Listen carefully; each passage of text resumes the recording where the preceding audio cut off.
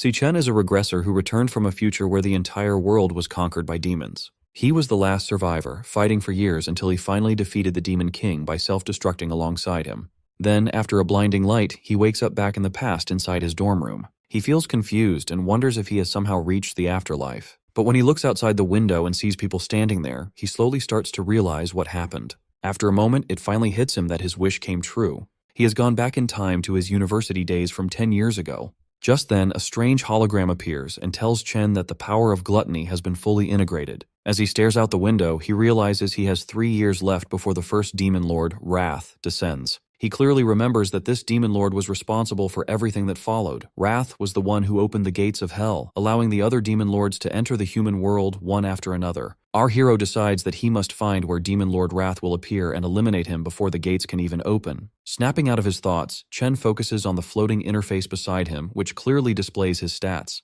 He wonders if this is some kind of game menu or system, since he never had anything like this in his past life. Back then, he only relied on his awakened power, something only 1 in 10,000 people possessed. The National Awakener University was built to recruit these potential awakeners. Unfortunately, when Chen was here the first time, he completely failed to awaken and grew used to being bullied, which explains why he just woke up in the infirmary. Suddenly, the system opens another panel showing a lightning-type assassin card, which he instantly recognizes as the class he had in his previous life. He gets startled and wonders if he awakened earlier this time. He quickly decides to test it out, but before he can switch classes, his roommate and friend Ma Long shows up. Long is an E-rank flower chanter. The poor guy has bandages on his cheek and came to check if Chen is okay. Luckily, Long cannot see the floating panels, making Chen realize that only he can see them. His friend examines him closely, noticing that all of Chen's injuries have already disappeared.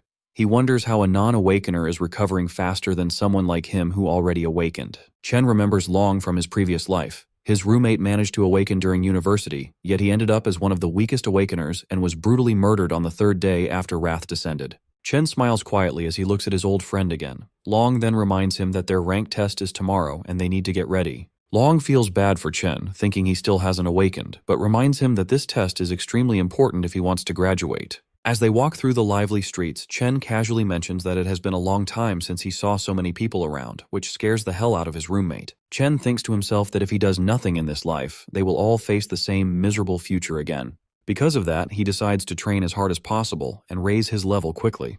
However, there is a problem. At this point in time, the only way for an awakener to gain experience and level up is by defeating monsters inside demon lairs. These lairs are completely controlled by major guilds, meaning weak people or outsiders like him have almost no chance to level up. He opens his status window and studies his stats, wondering where he stands compared to other awakeners and the monsters themselves. The government classifies awakeners into ranks, starting from E and going all the way up to S class. Chen knows that most students in the university are stuck at E rank, with only a few barely reaching D rank. He glances at his friend and quietly chuckles in his head, feeling confident that he at least ranks higher than him. Just then, a ball suddenly flies in and smacks straight into the poor nerd, knocking his glasses off and shattering them. It turns out they ran into the bully Gong Chung and his lackeys again, the same guys who beat them up just the day before. Chung smirks and asks him why he didn't bring crates of drinks when he already knew they were playing here. Long quickly apologizes and is about to buy the drinks with his own money, but Chen steps in and stops him, saying that the one who should be apologizing is actually Cheng. Seeing the bully again pulls Chen right back into his painful memories. Back then, they tried to drown him in a sink. Instead of feeling guilty, they claimed they were just forcing him to awaken. That day, they only stopped when Chen finally passed out. Long rushed to check on him, but the moment Chung heard Chen speak, he came right back to hurt him even more. Snapping out of his memories, Chen makes up his mind to teach these bullies a proper lesson. Hearing Chen speak up, Chung and his lackeys step forward, clearly ready to shut him up for good. Chen looks straight at Cheng, knowing the guy only picks on the weak because his older brother is the student council president. As the bully steps closer, a crowd of students gathers around. They already feel sorry for Chen, expecting him to get beaten up again. When Chung reaches him, he asks what Chen just said. Without backing down, Chen calmly repeats that they need to stop bothering him from now on. Furious, Chung loses his temper and throws a punch straight at him. But this time, Chen simply raises his fist and blocks the attack with ease, even pushing the bully back. Everyone watching is shocked. As far as they know, Chen has not even awakened, yet he just stopped a strong attack like it was nothing. Growing even more angry, Chung rushes in for another attack. Chen calmly prepares himself and switches his class to Electric Assassin. Long stands nearby, completely stunned. Meanwhile, Chung activates his indestructible demon armor and charges forward with a heavy strike. Before he can even get close, Chen dashes in and blasts him away with a lightning-charged punch. The crowd cannot believe their eyes. The so-called weakling just sent the school bully flying with a single punch. Even after taking such a hit, Chung refuses to back down. He shouts at his lackeys to step in and get revenge for him. However, his lackeys are already shaking in fear after seeing what Chen just did. Chung forces himself back to his feet and charges at Chen once again. But once more, he gets beaten down and slammed away without standing a chance. Watching their boss get crushed like this, the lackeys quickly realize they are outmatched and run away. Long, watching all of this unfold, is left speechless. His jaw drops as he struggles to accept that his roommate, who was easily beaten just yesterday, is suddenly this strong. Chen, on the other hand, realizes that just like in his past life, he can switch into his assassin state whenever he wants. Even at level 1, his stats are high enough to handle low-level awakeners. This means his current rank must be at least D class. However, there is still one thing he needs to confirm. Even after defeating someone, the system has not given him a level up. Curious about this, Chen steps forward to finish the bully off completely, causing everyone around to watch in panic. Right at the final moment, the vice president of the student council, Ling Yu, steps in and tells Chen to stop. She reminds him that even though Chung was at fault, this level of beating is already more than enough. She assures him that the bully will not dare to trouble him again. Because of this, Chen finally decides to let him go. As he backs off, Chen wonders why the student council is so eager to step in and save someone like Chung. Even though Chen was just putting on an act and didn't actually plan to kill him, he knows that bullies like Chung need to be punished properly. Otherwise, they will just keep targeting anyone weaker than them again and again. Chen then walks away with his roommate. Watching from a distance, the bullies' lackeys hide and whisper among themselves that they should never provoke Chen again. That night, Long tries to tell their other roommates how Chen awakened as a ridiculously strong lightning assassin, but none of them take his words seriously. Long keeps explaining how their once weak friend managed to beat Chung so badly, but Xiang Zuo, an E-ranked nucleus mage, treats it like a joke. Zuo asks why Chen is still running around training like this if he has really become such a big deal. He argues that a real awakener would not need to rely on basic physical training anymore. Hearing this, the gamer roommate Xiang Yu comments that it sounds like Long must have taken a serious hit to the head. Zuo continues, saying that the 4 of them are placed in this dorm because they are the weakest students at the bottom, and nothing they do will change that. He even claims that he is the strongest among the 4 of them, while Long and Yu are just support chanters. He flexes a little, telling himself there is no way Chen could have actually become a lightning assassin. Feeling more confident than ever, he hopes that he might even rank up during the final test before their graduation tomorrow. At an E-ranked demon lair, the student council president Gong Ting finishes his training session and walks out with Ling Yu. He notices his younger brother still standing there and asks what he is doing. Chung complains that as long as the guy who beat him is still around, he cannot even sleep peacefully. He keeps pushing his brother, begging him to get revenge for him. Ting calmly assures him that he will handle the mess he created. Sitting at the dining table, the vice president asks Ting how he plans to deal with this situation. Ting just asks her if the boy is really as strong as his brother claims. Ling Yu reminds Ting that there are fewer than 10 D-ranked students in the entire school, and Ting has already recruited all of them into his club. She adds that other students do not even have access to demon lairs like he does, meaning no average guy should be able to stand against him. Back outside, Chen keeps running like crazy while getting completely drenched in the rain. He sets a goal to run 20 full kilometers while carrying a bag loaded with 100 kilos, which is almost twice his own weight. He understands how important basic training is for raising an awakener's strength limit, since a stronger body is needed to handle high-level powers. As he runs, he remembers how his sister, his only family, was killed when the Demon King Wrath descended upon the human world. The Demon Lord slaughtered countless humans in an instant, and his sister died right in front of his eyes.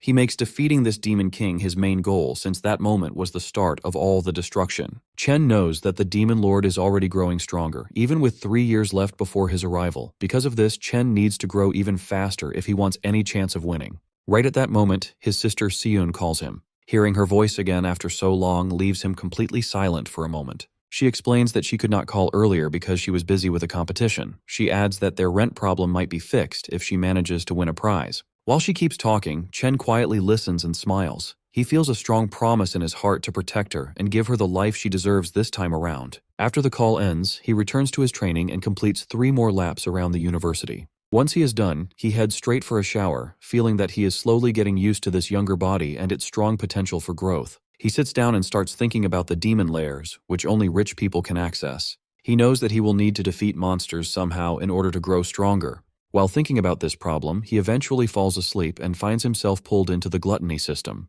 He lands in a strange place and starts wondering if this is just some kind of weird dream. Back outside, Long looks for Chen and wonders where he has disappeared to. Inside the strange space, Chen sees a massive tower standing right in front of him. Before he can get a good look at it, a group of E-rank cloud warriors called Death Hounds appears to greet him. Chen worries that he somehow entered a demon lair and quickly switches his class. Since the monsters appeared out of nowhere, he decides to deal with them first and figure out the rest later. He easily takes down the weak hounds, since they are all bark and no bite, and collects their dropped items. He quickly reaches level 2 and smiles, thinking he might have gotten lucky by stumbling into a demon lair. A boss monster shows up next, but Chen defeats it just as easily. He cuts right through it, allowing him to level up again. The experience points he gets from the boss are much higher than what the normal monsters gave him earlier. The boss monster's body then gets marked as devourable, making Chen wonder what that means. He remembers the gluttony skill he saw earlier on his system panel and reaches out his hand to test it. The devouring finishes instantly, and the monster gets absorbed into a card. Chen is shocked to realize he can turn defeated monsters into new classes he can use. He quickly realizes this is the exact same ability the Demon Lord Lan Yu had. The thought of having a power just like a demon lord leaves him shaken. In this world, most people are born with only one class, while a rare few might have two. However, Chen can now hold as many classes as he wants. He wonders how he got this crazy power and what the dark tower in front of him really is.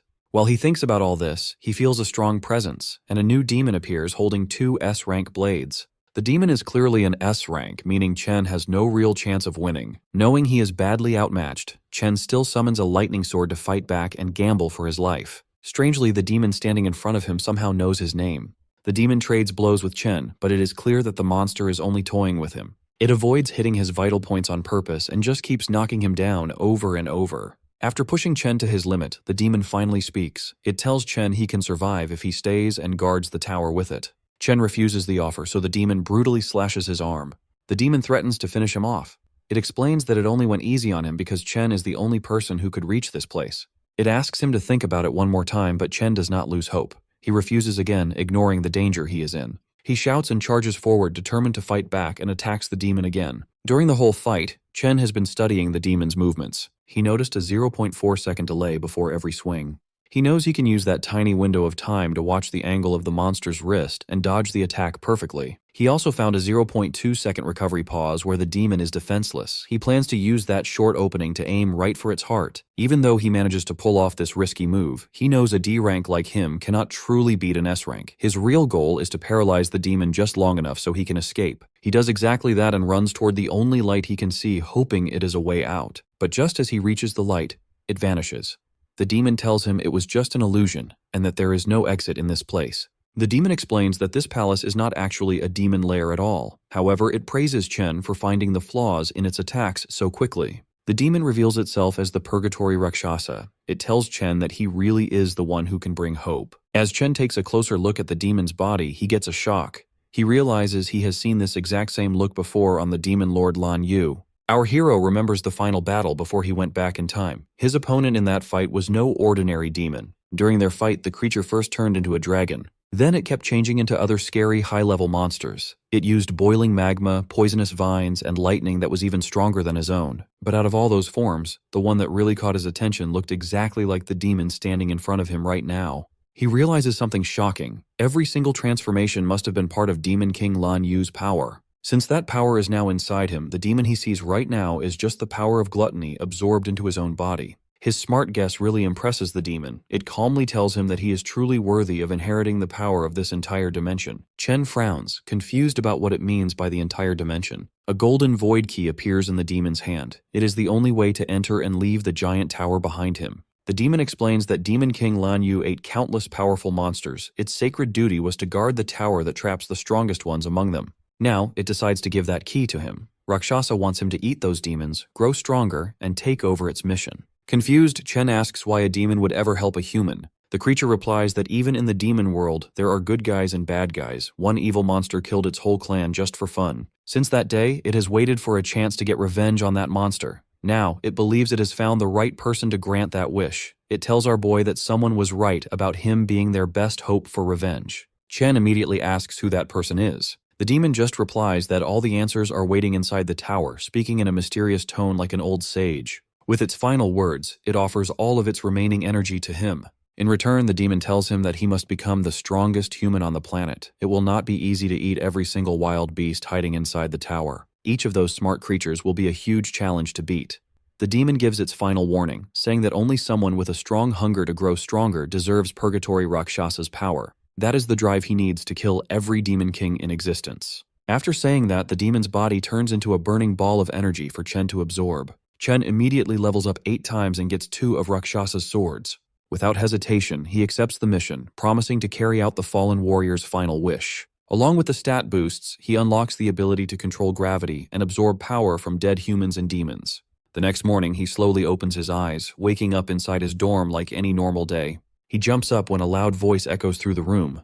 His roommates are already getting ready and tell him to hurry up if he wants to get to school on time. When he notices his body is completely fine, he wonders if everything he experienced was just a weird dream. But his updated stats prove that is not the case. Everything he saw was real. After jumping from level 2 to level 10 overnight, he wonders what rank he is now. His roommate begins making fun of him. He mentions how someone was shamelessly praising him the other night, talking about how cool and crazy strong he supposedly became. Ma Long quietly peeks from across the room, pretending he had nothing to do with it. Either way, his roommate challenges him to prove it during the ranking test. That test will decide who is strong enough to keep the title of Dorm King. On the way to school, the self-proclaimed Dorm King proudly tells his friends that every rank is divided into 3 different levels. So even though they are all E ranks, he is at least a proud mid-E rank, placing him above the bottom-tier losers. He walks around acting superior because the gap between each level is supposedly huge. Fired up and way too confident, the guy claims he feels so strong that he must have moved up a level since their last test. Really annoyed, Ma Long tells our boy to stop playing around and go all out to at least get a D rank today.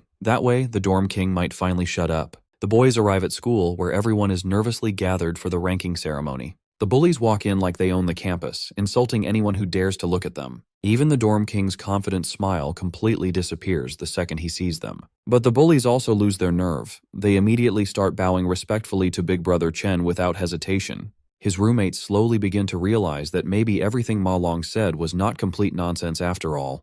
Our boy ignores the bullies and just minds his own business. Another student decides to step in front of him. It is Jian, a student council officer who acts like the school police, and he gives Chen a very polite warning. The student council president personally sent him to punish the guy who dared to hit his precious little brother. All of Chen's friends immediately scatter and hide. They are terrified of Jian, the enforcer who handles all the dirty work for the president. His roommates cannot figure out why this D-rank monster is targeting Chen like this. He steps right into Chen's personal space. The president's loyal follower brags that his great sense of smell lets him judge exactly how strong someone is, and right now all he smells from him is a weak, pathetic loser. Amused by the insult, our boy fires back without hesitation. Shane completely loses his temper the moment he gets called a dog. Before a fight can actually break out, the overgrown pup's master orders him to stand down so they don't cause a public scene. After doing some digging, he found out that his little brother was the one who started the fight. Getting beaten up was simply the result of picking a fight with someone way out of his league. With that said, the president shoots him a glare sharper than daggers. But our hero isn't intimidated in the slightest. Just then, a professor announces that the rank assessment ceremony is officially starting. He asks all the students to step forward when their names are called. Hearing that, the president tells his lapdog they are leaving. He assumes this was a one-time incident and that Chen won't cause any more problems after being warned. Watching from high above, a man curiously asks the vice president why she is watching the ranking ceremony today. He wonders if a certain rookie has caught her eye. The lady smiles faintly, saying that this year will be quite interesting. Soon, Xiangzhou's name is announced. The Dorm King feels slightly nervous as he steps through the door. The atmosphere completely changes on the other side. The assessment is done one by one inside a special demon lair. In there, a demon heart connected to wires measures an awakener's rank and potential by absorbing their energy. When the awakener releases their full power, the signal transfers back to Earth, revealing their assessment results. The Dorm King's rank turns out to be exactly the same as last time. However, the professor looks confused when his potential score takes longer than expected to show up. Ma Long stares intently at the shifting numbers. After building up all that suspense, Xiangzhou's maximum potential is revealed to be only a C. He walks out looking sad, realizing that all the progress he thought he made was just in his head. His roommates try to comfort him, telling him they are all in the same boat anyway. They are all stuck at E rank, with the potential to reach C rank at best. A few moments later, the president's lapdog walks out proudly. He is still a lower D rank, but he has the potential to reach A rank. Chen's roommates begin to lose hope, since they have already seen nearly 10 students reach D rank. Even the professors are shocked that so many students have reached D rank. It is rare for students without real combat experience to break past E rank. Filled with excitement, they call up the next student. It's the president, who carries everyone's expectations on his shoulders. All eyes turn to Gongting, the student who is already a guild master, as he walks onto the stage. Our boy stays calm and patiently waits for his results. Everyone in the academy knows that Gongting was only a lower D rank 2 years ago. Since the school's historical record for the highest grade is middle D rank, people wonder if the president will finally raise the bar. Inside the demon lair, the demon heart's eyes slowly open to his presence. The president isn't able to unleash everything he has. Still, he has a burning desire to go out with a bang at graduation, carving his name into the history books as number 1. When the professors see his potential grade glowing gold, they blink in disbelief. Their suspicions are confirmed as Gongting's high D rank completely blows them away. Not only that, but excitement erupts through the crowd at the sight of the first potential S rank in history. The president's lackeys praise their boss non-stop. Even Chen's roommates burn with jealousy as they watch a legend being born right before their eyes.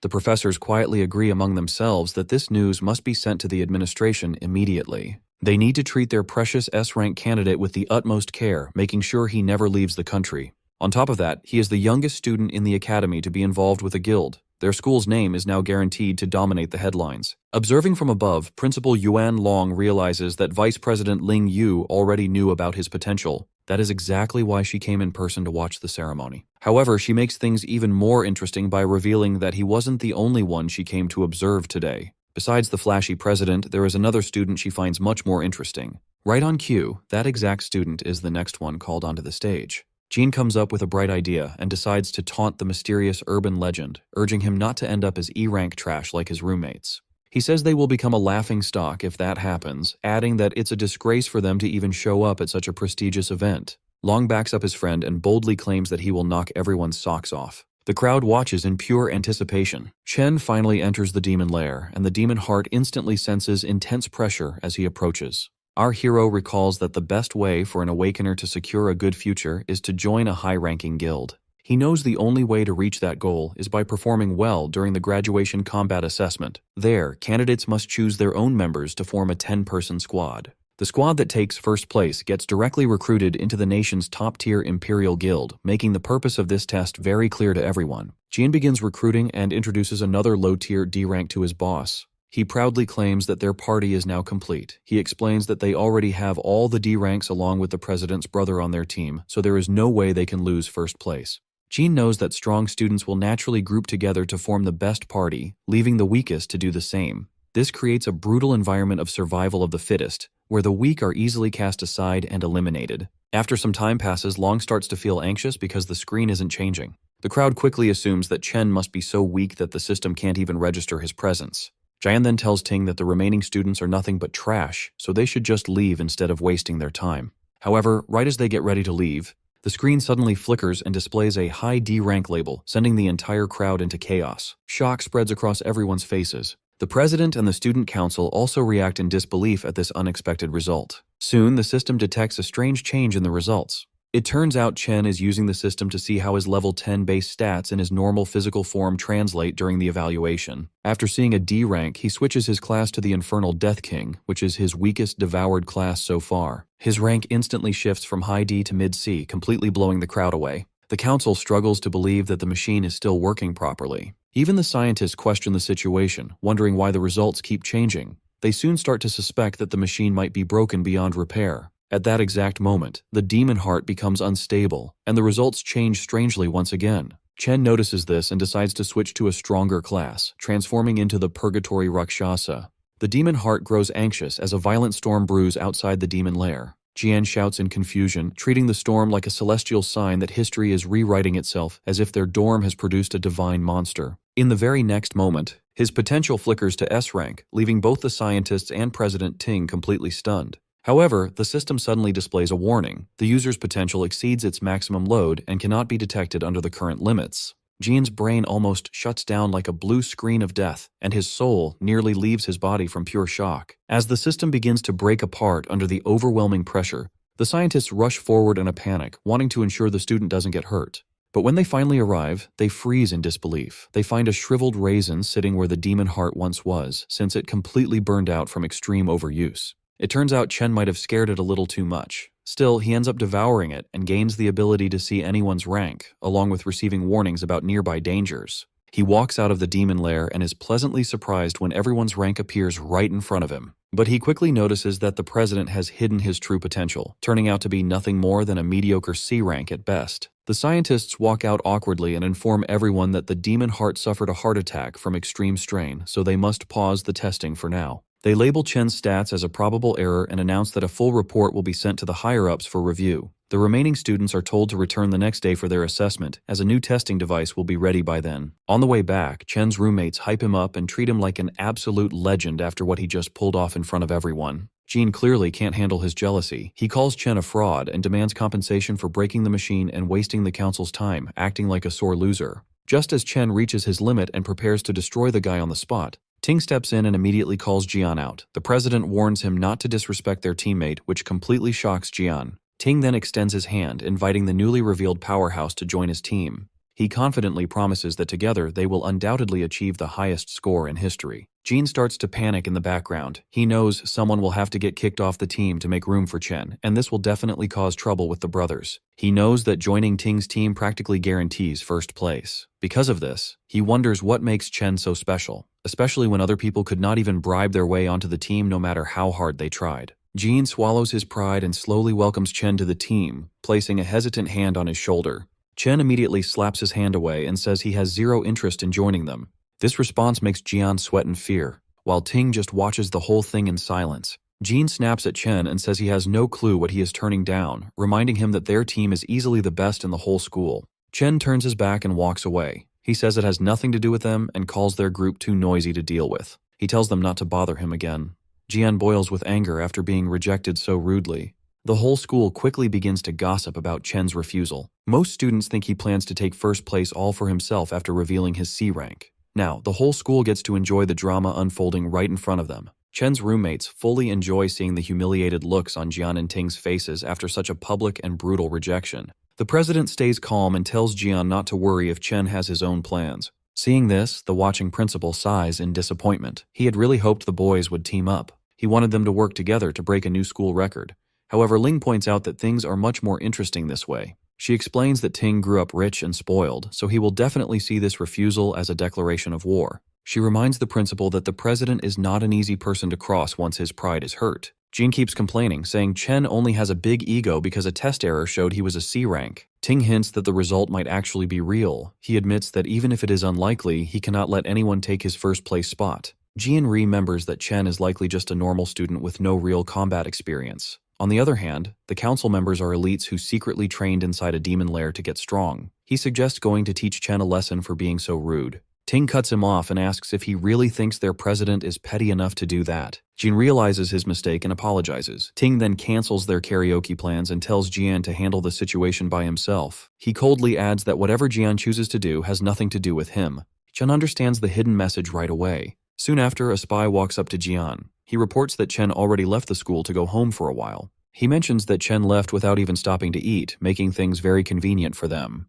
Jin sees this as perfect luck. He gets excited to crush Chen outside the school where no one can step in to help. As Chen crosses the street, he remembers a disaster from his past life. A top guild had tried to clear a demon lair in the St. He country area. Inside that lair, they met a new monster called Wrath. The monster wiped out the entire top team without them even putting up a fight. The monster then escaped into the human world and caused massive damage everywhere. Even though his memory of it is blurry, Chen is determined to find that same demon lair in this life. To start his plan, Chen needs a lot of money. He heads straight to the Mithril Monster Exchange Center. He remembers that this exchange center will become the biggest trading hub in the whole country in the future. In this world, an Awakener's strength is based on the quality of their weapons and gear. The exchange center is the best place to buy and sell these items. However, Chen just sees this place as a quick way to earn some money before tackling his bigger goals. He walks in and shows a few monster fangs to the broker. The broker looks at them closely with clear suspicion. The broker asks how a mere student got these items. Chen calmly says they dropped from a monster he beat earlier. The broker is surprised and claims he has never seen fangs like these before. His assistant steps in and explains that the fangs come from an E-class monster called a Sang-Sin beast. She mentions that these fangs can be used to make an E-grade weapon or ground into powder for other uses. The rude broker cuts her off and drops the fang back on the table. He claims that an E-grade item is pretty much worthless anyway. He brags that their shop is for VIPs only. They only deal with high-status Awakeners and D-grade items or better. He uses this as an excuse for not knowing what the E-grade item was. In his mind, he complains about not getting any rich customers lately. He sees no point in helping a low-tier student since it will not help him get a promotion. He calls Chen a bother and dumps the work on his assistant, Lee, before walking away. Lee politely hands Chen an envelope of cash. She then asks if he needs help with anything else. Chen checks the envelope to find 18 grand. He decides this is enough to pay his rent for now, without any stress. He then takes out the glowing greatsword he got from the Purgatory Rakshasa. This immediately grabs Lee's full attention. Even though she has never seen anything like it, she guesses it must be at least a B grade or maybe even an A grade item. The broker walks back over and laughs at her guess. He says A grade items cost around 1 million.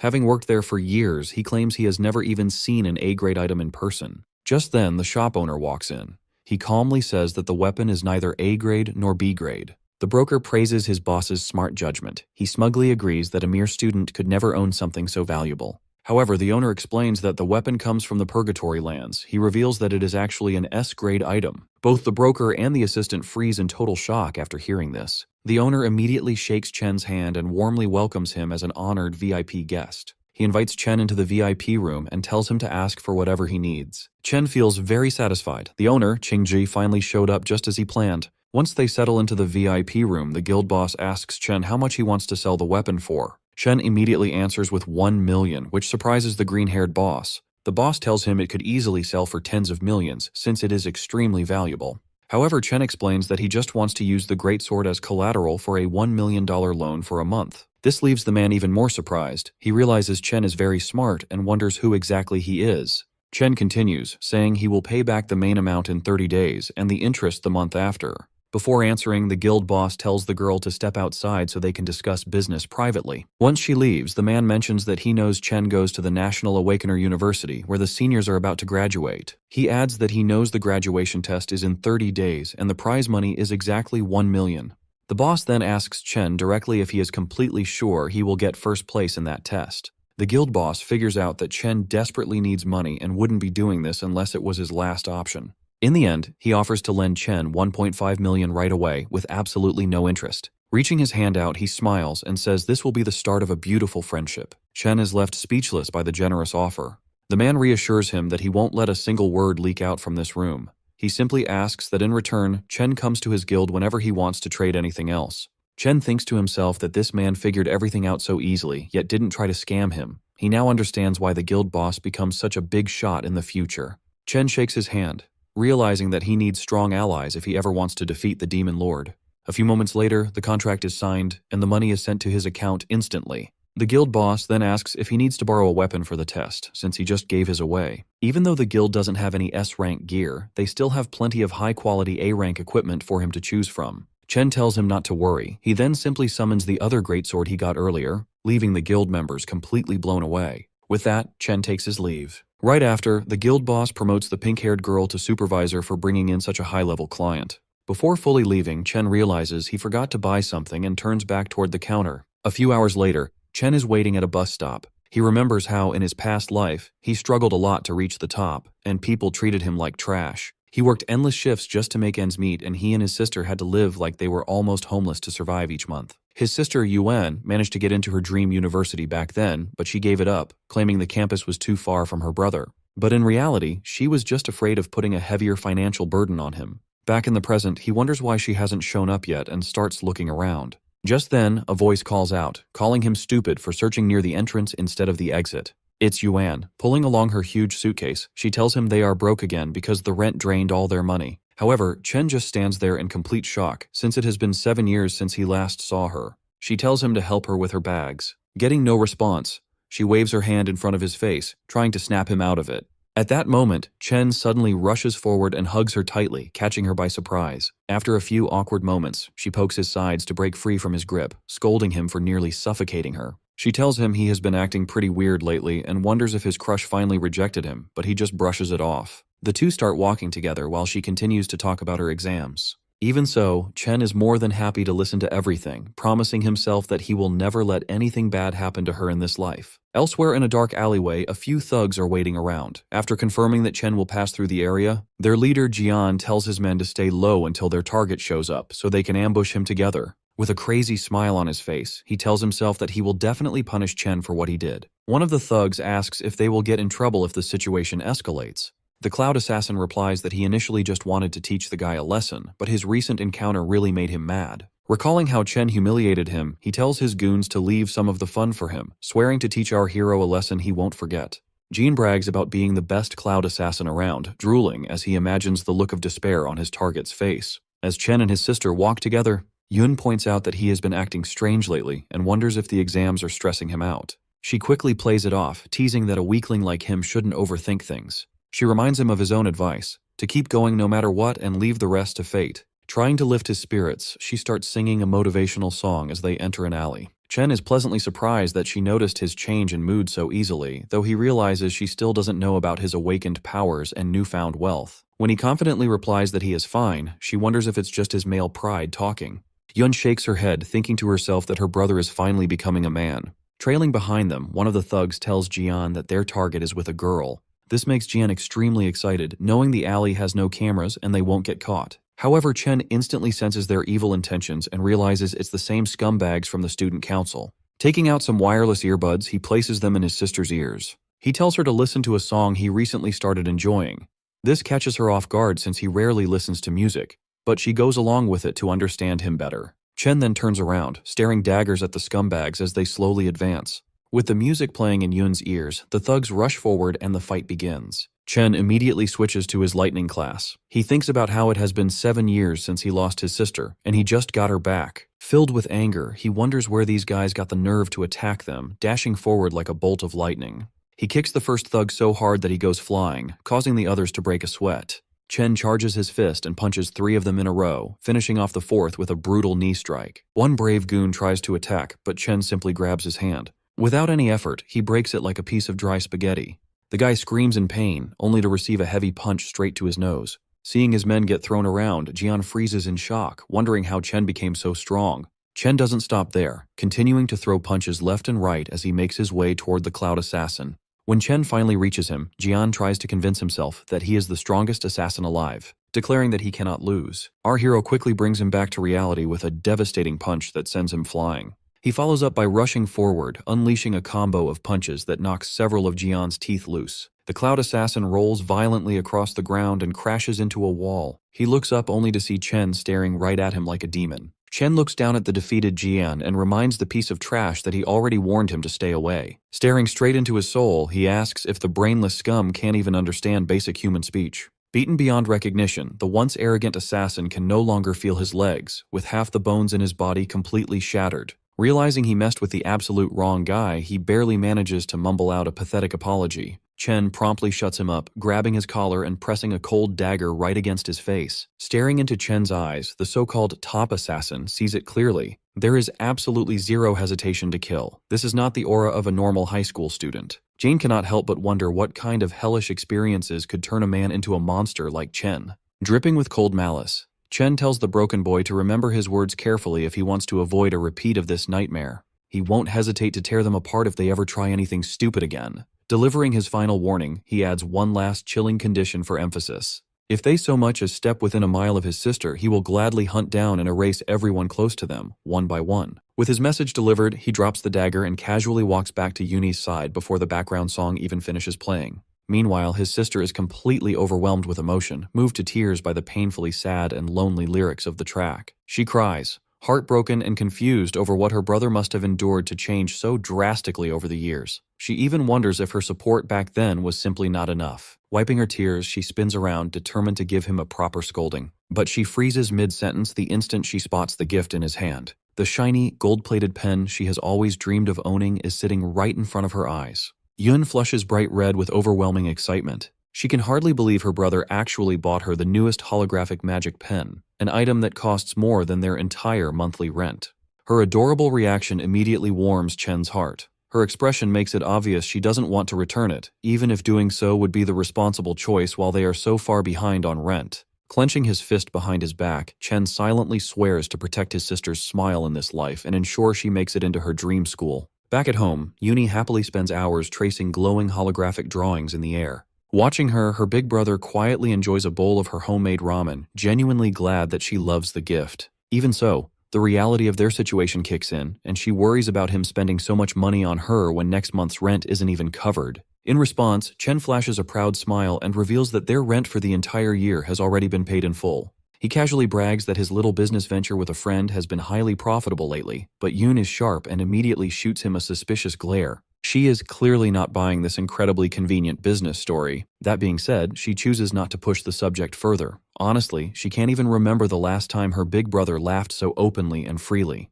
Gently patting him on the shoulder, she makes one simple request. Whatever secret hustle he's working on, he just needs to make sure he doesn't burn himself out. Meanwhile, at a quiet aquarium, Student Council President Ting shares some shocking news with his cousin. The city's best doctors have declared that their top assassin is critically injured beyond recovery. Over half the bones in his body are shattered beyond repair. The fact that he fought Chen was already unexpected, but the horrifying state of his body post-battle is absolutely staggering. His cousin reacts with chilling indifference.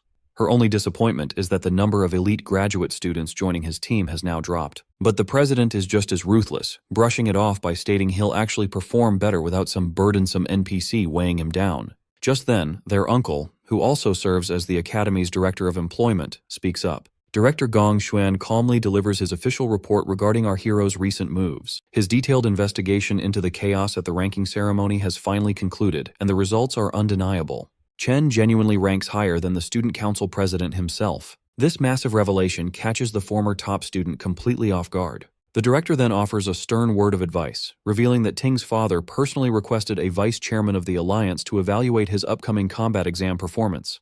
Because of this, Ting must ensure he shines brighter than anyone else. But just in case he fails to secure the spotlight, the director proposes a backup plan. The green-haired girl, his uncle's favorite niece, will join his team to guarantee they secure first place overall. However, the arrogant council president flatly rejects the offer without a second thought. He haughtily claims that he didn't even use a fraction of his true strength during the initial assessment. Supremely confident in his overwhelming superiority, President Ting assures them he will dominate the entire academy on his own. Back at the academy dorms, our boy Chen washes off after finishing a grueling daily 100-mile run with a heavily weighted backpack. He is completely locked in on one single goal, winning the $1 million prize in the upcoming graduation exam. This prize is his only real shot at fulfilling his deal with the Mithril Guild's Qingji and establishing a lucrative, mutually beneficial trade relationship. With only a few weeks left until the big exam, he lies down in bed, not to rest, but to continue his relentless grind even in his sleep. Transporting his consciousness into his demonic lair, he finds Demon King Lun Yu's enormous void tower looming before him.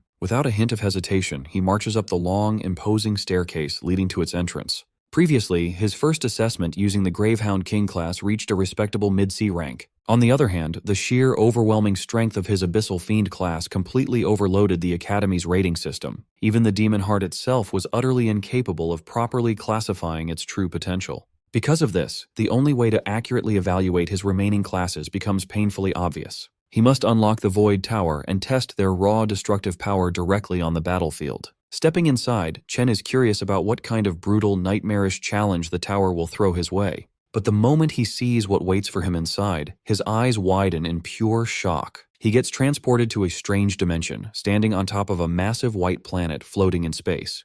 The moment he takes his first step, he drops to one knee, barely able to keep his body upright. In the Fallen Star Wastes, the gravity is 10 times stronger than on Earth, and Chen feels the crushing pressure deep in his bones.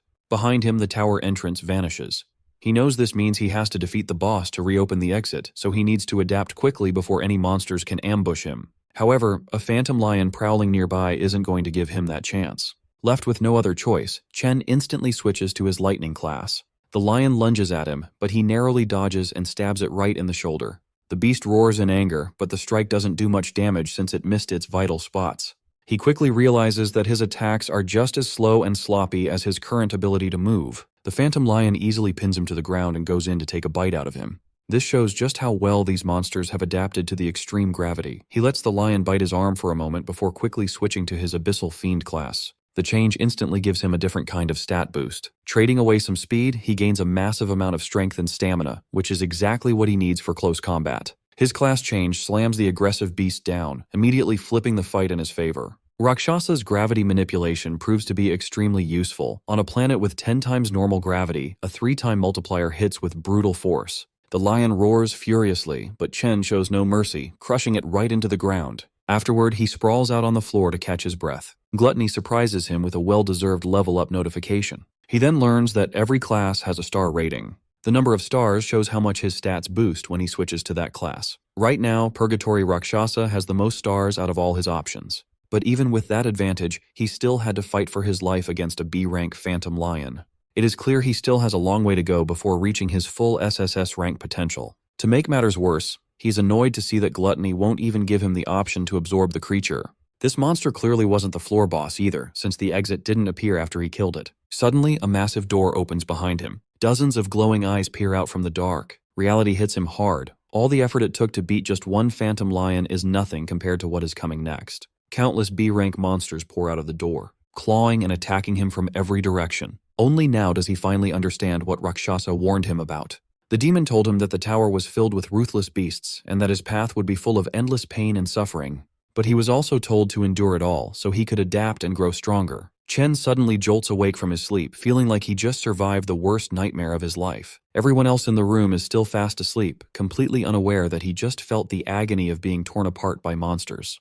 He finally realizes that the Purgatory's Void Tower isn't a shortcut to instantly leveling up. He is only at the very start of a long and painful journey. A few weeks pass, and it's finally time for the Academy's graduation exam. Many VIPs are there to watch the promising new batch of students. New rules are announced for forming teams, requiring at least one high E-rank student in every party. When it is time to form teams, it's announced that all students can now see each other's ranks. This helps everyone quickly decide who to recruit for their group. The students are listed in order of their rank, from highest to lowest. But Ma Long quickly notices something weird. Chen is also confused when he sees his name sitting all the way at the very bottom of the list. All eyes turn to him, as everyone wonders how a high-grade awakener could possibly be in the lowest spot. The jealous students immediately start talking trash, convinced that his original high rank was just a mistake in the test. Still, even they can't deny that his strength is real, and having him on their team would easily boost their scores. Council President Ting stays quiet while people whisper about the fool who must be regretting his choice to reject the president's offer.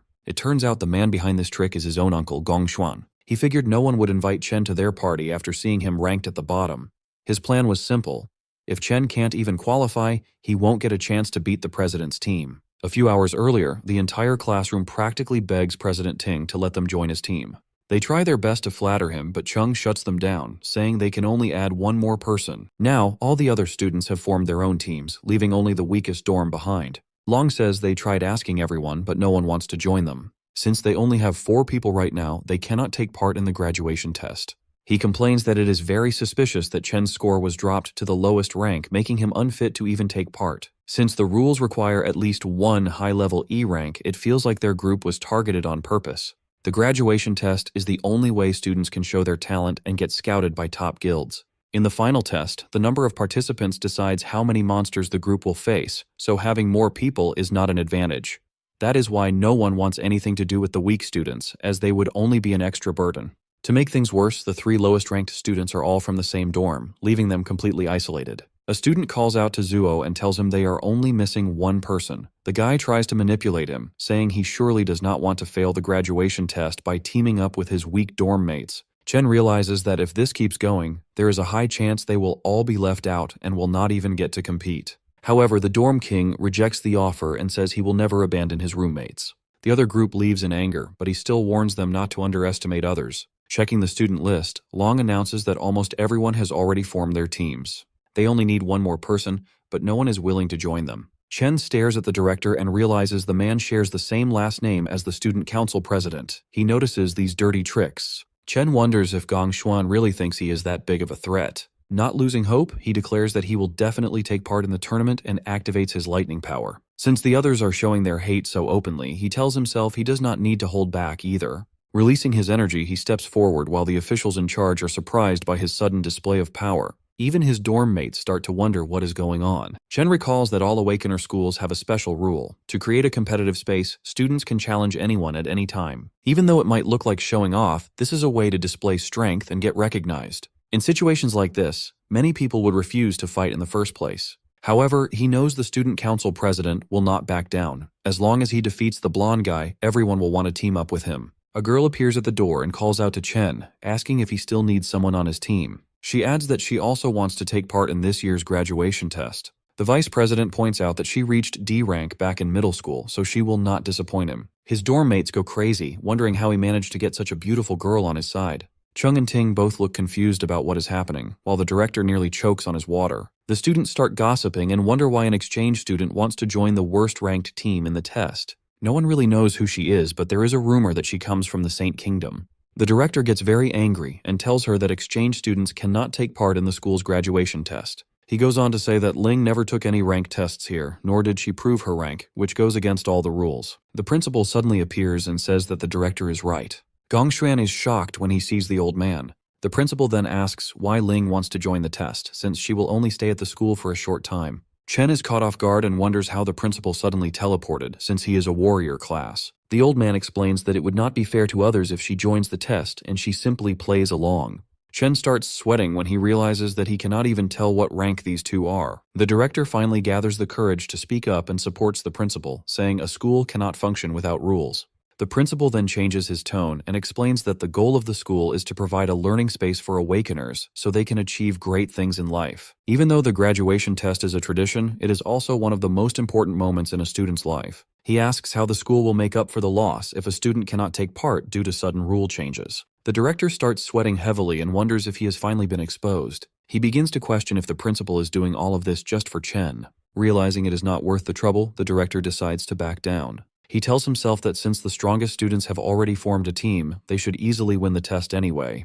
The director bows to the principal and apologizes, admitting they overlooked how this system could stop some students from getting a chance to grow. He then announces that to ensure fairness, even lower-ranked teams and groups with less than 5 members can now participate. The 4 dorm mates finally form their team and celebrate that they can take part in the graduation test. Sitting in the back, the principal tells Ling that she seems a little too interested in Chen. On one side of the test, the student council president leads the team of the strongest players. On the other side, Chen leads the 3 weakest players. This makes the old man very curious about which cave they will choose and how many points they will score in the end. The official then announces that all captains can now choose which devil cave to enter. His tablet dings, catching him off guard because one captain has already made a choice. Everyone is shocked when they see which cave Chen selected. His dorm mates also panic and tell him to quickly change his mind, asking if he understands what he just did.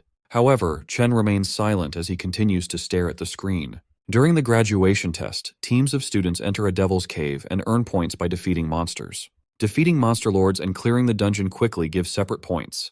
The dungeon's difficulty level then determines how much the total score is multiplied. An F-rank dungeon gives up to 75 points, while an E-rank dungeon offers a maximum of 100 points. The team with the highest score gets scouted by the Imperial Guild, and the top player receives a reward of 1 million yuan. Inside the selection room, the students discuss that the highest score in history was 90 points, achieved by the current leader of the Imperial Guild. Even clearing an E-rank dungeon requires a team to have at least 3 solid D-rank fighters. This year, Ting's team might actually surpass that record. The display suddenly dings, informing everyone that someone has already selected a Devil's Cave. A student is shocked to see that Chen has chosen a D-rank dungeon. No one has ever cleared a D-rank dungeon before, and everyone wonders if he made a mistake. Long asks Chen if he hit his head, while the dorm king completely loses his mind at the screen. The nerd tries to talk some sense into Chen, but he reveals that he thought long and hard about this choice. The system dings again when the student council president also selects the D-rank cave. Ting's teammates immediately accept their leader's choice, officially qualifying them for the test. The classroom goes wild at the announcement, though Ting's group tries to act nonchalant. A blonde goth girl roasts Chen for trying to act tough, assuming he just wants attention. A bald student adds that Chen's weak teammates will never agree to this, and the team will fall apart. Long studies Chen's face and realizes he is completely serious. He wonders when his friend became so bold and how much he has changed. Making up his mind, the nerd presses the confirm button, deciding to trust his friend. Yo also hits the green button, feeling like he has nothing to lose. The dorm king gets annoyed that the others made their choice before him, so he presses the button too. With that, the system officially qualifies their team for the test. Looking at his dorm mates, Chen apologizes and explains he chose this dungeon to become the top scorer. He knows he is dragging them into his own dream, but he reassures them they will reach the top together. Hearing his words, the president stands up and declares that the top spot belongs to him alone. Chen turns around and faces him directly. Ting releases an intimidating aura, stating that there can only be one strongest student in the school. Standing in the back, Ling is surprised as this is the first time she has seen such strong emotions from Ting.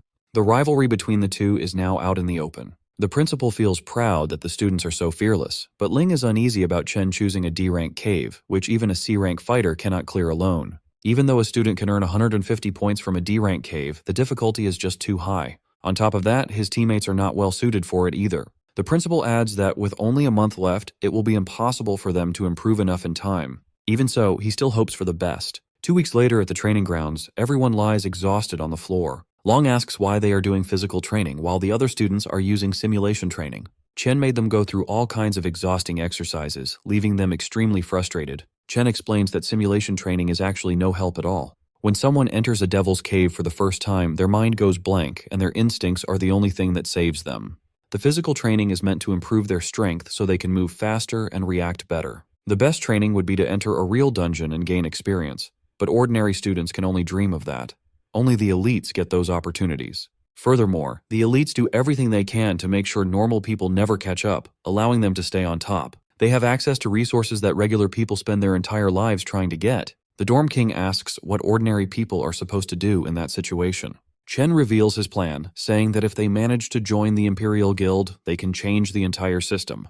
The graduation test is their only real chance to surpass the elites. Driven by this dream, Chen swears to do everything he can to keep his promise and guarantees that they will win. With just half a month left before the graduation exam, our boy trains inside the Void Tower every single night. Defeating the Phantom Lions is no easy task, but he refuses to quit no matter how hard they beat him up. 5 days before the exam, his roommates are training with everything they have. Our boy, however, is on a completely different level. His intense routine makes even the toughest training look like a basic warm-up. With just 2 days left, his rival is clearly not slacking off either. But Chen is improving even faster. Now he can confidently fight a whole pack of lions under heavy gravity. With blood running down his face, he has never looked more ready to win. On the day of the exam, a small drone floats near the students to guide them. The boys walk in wearing matching outfits, looking really sharp. Once all the students put on their wristbands, the exam officially begins. Outside the exam area, the academy principal warmly greets Gong Lin. This sharp-looking man is President Ting's father, the co-founder of the Imperial Guild. The students cannot stop staring at the Imperial Guild co-founder, looking at him like he is a rare animal at the zoo. Their curiosity grows even more when they see the principal and the guild co-founder welcome a fancy white limo. A red-haired man named Carl Cavendish calmly steps out of the car. The students freak out because everyone recognizes him as the vice chairman of the World Guild Alliance. Someone as important as him would normally never visit a place like this. Inside a VIP room, the director tells the special guests that 23 teams are challenging F-rank demon lairs. A few groups chose E-rank lairs, and only 2 brave teams picked D-rank lairs. The Alliance Secretary Sigrid looks very surprised that the students would make such a risky choice. Usually, even a D-rank team needs to prepare carefully before entering a D-rank lair. She asks if the Academy really thought about the students' safety. Hearing her concern, the director calmly explains that the students fully understand what they signed up for. He made it very clear that Awakeners with no real combat experience usually struggle against even F-rank monsters. But the real danger is the lair's boss, which is much stronger than the normal monsters. Many teams end up failing because they cannot defeat the boss. However, things are completely different inside E-rank lairs. Even the basic monsters there are as strong as an F-rank boss. This hard truth is something students usually learn the hard way. The Alliance Secretary then asks if there is any protection for the students if things get too dangerous. The director promises her that the Academy cares deeply about its top students. To keep everyone safe, a warrior from the Imperial Guild stands outside every lair, ready to jump in if anything goes wrong. On top of that, the wristbands each student wears can instantly teleport them to safety if they choose to give up or if their life is in real danger. Hearing this, the lady still doubts that the Academy has students skilled enough to beat a D-rank lair. She quietly wonders how long those teams can actually survive inside. The director, however, is sure that the young E-rank students will probably come running out in tears. Inside the D-rank dungeon filled with giant frozen trees, Chen's teammates are clearly terrified. Anyone would be scared after seeing those nightmare creatures, which look like a mix between weird bats and monkeys. Chen quickly warns his team that these monsters dive at their targets in the blink of an eye, so they need to stay on high alert. Suddenly, a group of the ghost monkey bats flies straight down at them. Surprisingly, all the boys manage to clumsily dodge the monster's super-fast attacks. While they are still excited about dodging a D-rank creature's attack, something even crazier catches their attention. Our boy stands there calmly with a lightning sword in his hand, surrounded by dead monsters lying at his feet. He tells his team to focus on saving themselves first since they aren't strong enough yet, leaving the rest to him. Suddenly, another ghost monkey bat lunges at them with incredible speed, but they barely manage to dodge it in time. Songzu realizes that Chen had actually been pushing them to train their reflexes and speed so they could survive against monsters like this. Ju grits his teeth. He had been calling himself the Dorm King all this time, but now he has no choice but to rely on his random roommate. Meanwhile, Chen completely wipes out the remaining ghost monkeys. They dive toward him in waves, but he slices them down before they even know what hit them. The Dorm King mutters to himself that he always heard about Chen's strength from Ma Long, but this is the first time he's seeing it for himself. To him, Chen doesn't look like a normal student at all, but more like a battle-hardened soldier. As the fight continues, the Dorm King feels a bit of jealousy creeping in over Chen's rising reputation. Out of nowhere, another monster appears behind the group, and Zhu barely manages to block its strike. He grabs the creature's leg with his flaming hands and yells at his teammates to stop acting like dead weight and get it together. After all, Chen isn't the only one whose graduation is on the line. The others stare at him, surprised by his sudden determination. Inspired by the Dorm King's stubborn will, Shangzu casts his Vine Lock spell, successfully tying up the monster. But to his shock, the creature breaks free almost instantly, kicking Zhu in the process. Long casts his Frostbite Breeze spell, which only slows the monster down a little, so they decide to combine their attacks. Working together, they manage to hold the creature down briefly and shout for the Dorm King to take the shot. He charges up an explosive flame bullet and lands a direct hit.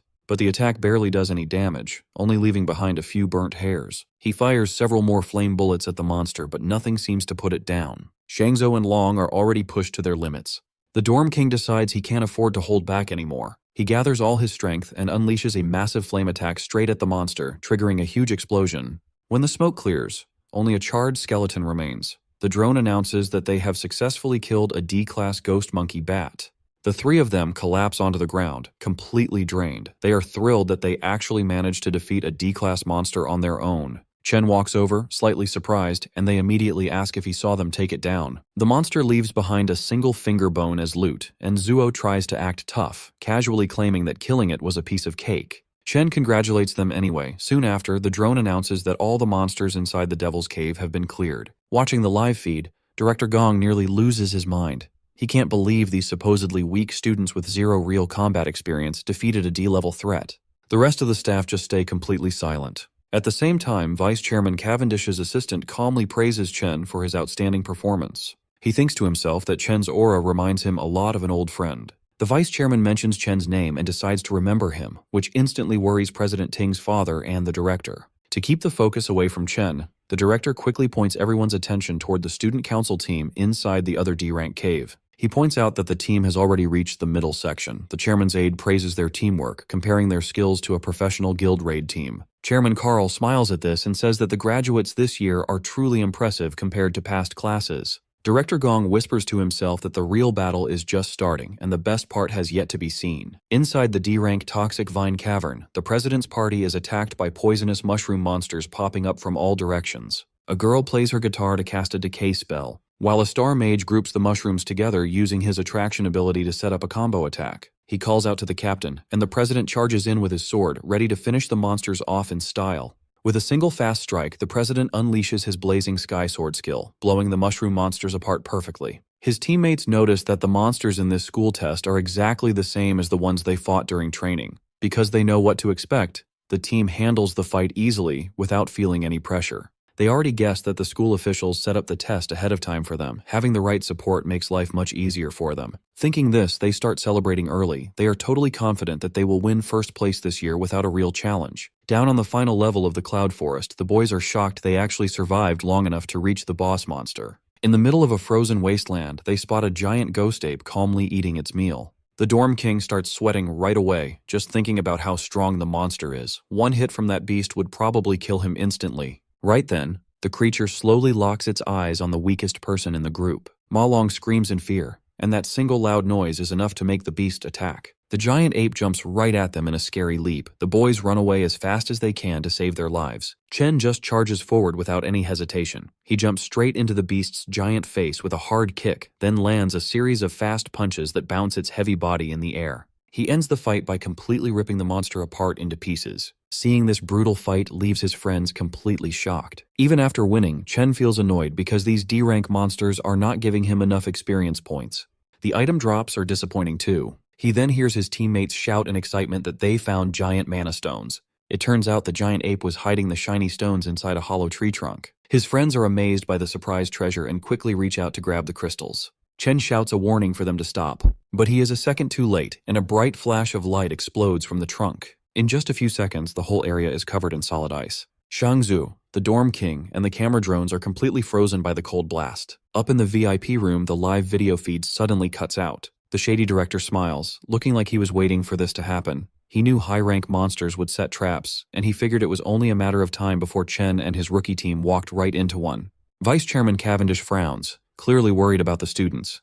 The director pretends to feel bad about Chen failing and says they have no choice but to pull the team out right away. The principal disagrees. He points out that the students are not in any real danger yet, because their wristbands will automatically turn on if their health drops too low and none of them have asked to give up. He believes only the students should have the right to decide when to quit. Down in the dungeon, Ma Long shakes in the freezing cold. Out of everyone in the group, he is the only one who did not get frozen. This is because his character class has a naturally high defense against ice magic. Long hears a scary laugh and spots a skeleton ice monster staring right at him without any mercy. He recognizes it as the Lord of the Lair, remembering it from the Monster Compendium. He recalls that it is a cloud mage capable of easily controlling both offensive and defensive abilities by manipulating ice and snow. He also remembers that this creature, known as the Bone King of Remains, enjoys killing its prey through prolonged torture. Realizing the ice bomb was just a trap, he turns and runs without hesitation. Long knows perfectly well that he can't handle a C-class Lord monster on his own. He rushes toward Chen to free him, but an ice attack strikes his leg before he can reach his friend.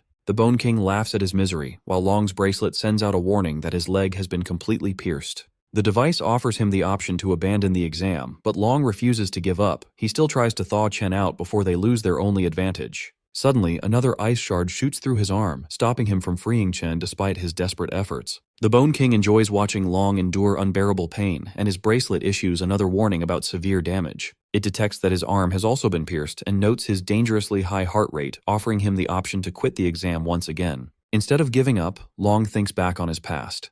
Throughout his life, he always ran away from his problems the moment things got hard, a habit that left him behind every single time. He remembers how people ignored, bullied, and laughed at him. He and his friends have worked way too hard to reach this point to just quit now. Seeing this as his final chance to change his fate, he gathers the last of his strength, stands up, and finally manages to release Chen. He stands tall just as the Bone King unleashes a relentless barrage of icicles straight toward him. Right as the attack is about to land, Long lets out a loud roar, and Chen finally opens his eyes. The ice block shatters into pieces, and Chen rushes forward, carrying Long away from danger in one swift move. This sudden escape catches the Bone King off guard. Long quickly realizes that Chen managed to break free from the icy prison entirely on his own. Chen thanks Long for trying to help him earlier and immediately asks about his injuries with clear concern. Long replies that the bleeding has stopped for now, so he will survive. He informs Chen that the monster is a cloud type, C-rank lord known as the Bone King, warning him that it is extremely dangerous in combat. He adds that they must avoid getting frozen again at all costs if they want to survive. They turn back and see the Bone King charging up a massive cluster of ice shards. Long is stunned, realizing the monster is about to drop a giant ice nuke on them. In the next instant, the bomb crashes down, covering everything in blinding white. The monster begins to laugh, but suddenly stops when it notices that both boys are still alive after the devastating attack. Chen switches his class to the Doomflame King and activates his Cloud Warrior Frost Body, granting him complete immunity to cold damage. This transformation also boosts all his resistance stats in cold environments, turning the battlefield to his advantage. The Bone King lets out a horrified shriek. Even Long is confused as he watches his friend, who was supposed to be a Volt Assassin, turn into a Cloud-type warrior instead. He wonders if Chen might be one of those rare prodigies who can awaken two different classes at once. Chen simply apologizes for misjudging the situation earlier, admitting that he dragged his friends into a dangerous fight because of his mistake. He then switches classes again, this time into an Abyssal Fiend. Pulling out his Purgatory Warrior sword, he faces the Bone King, fully intending to end the fight right there. His best friend's jaw drops wide open at the sight. Normally, Awakeners are born with just one class they can specialize in, but there is an incredibly rare chance for someone to possess two classes at the same time. These dual-class users are so rare you could count them on one hand. This makes them treasures that every major guild desperately wants to recruit. However, that alone isn't what shocks his friend.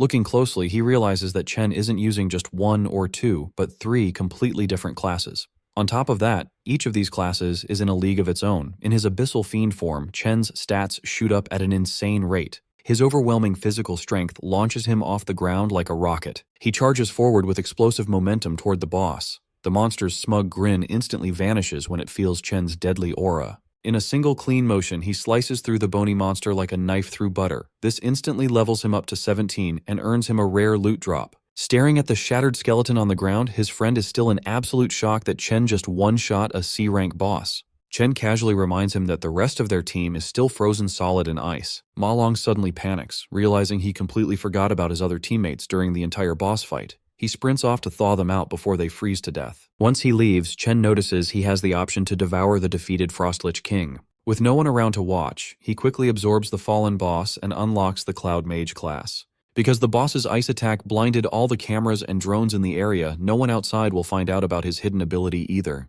Then out of nowhere, he gets another surprise notification. His Lightning Assassin class has leveled up as well, allowing him to add a star to boost one of his stats. Meanwhile, over at the D-Rank zone, Gloomvine Grotto, the council president's team is getting absolutely overwhelmed. No matter how fiercely they attack, the D-Rank boss proves far too tough for these amateur awakeners.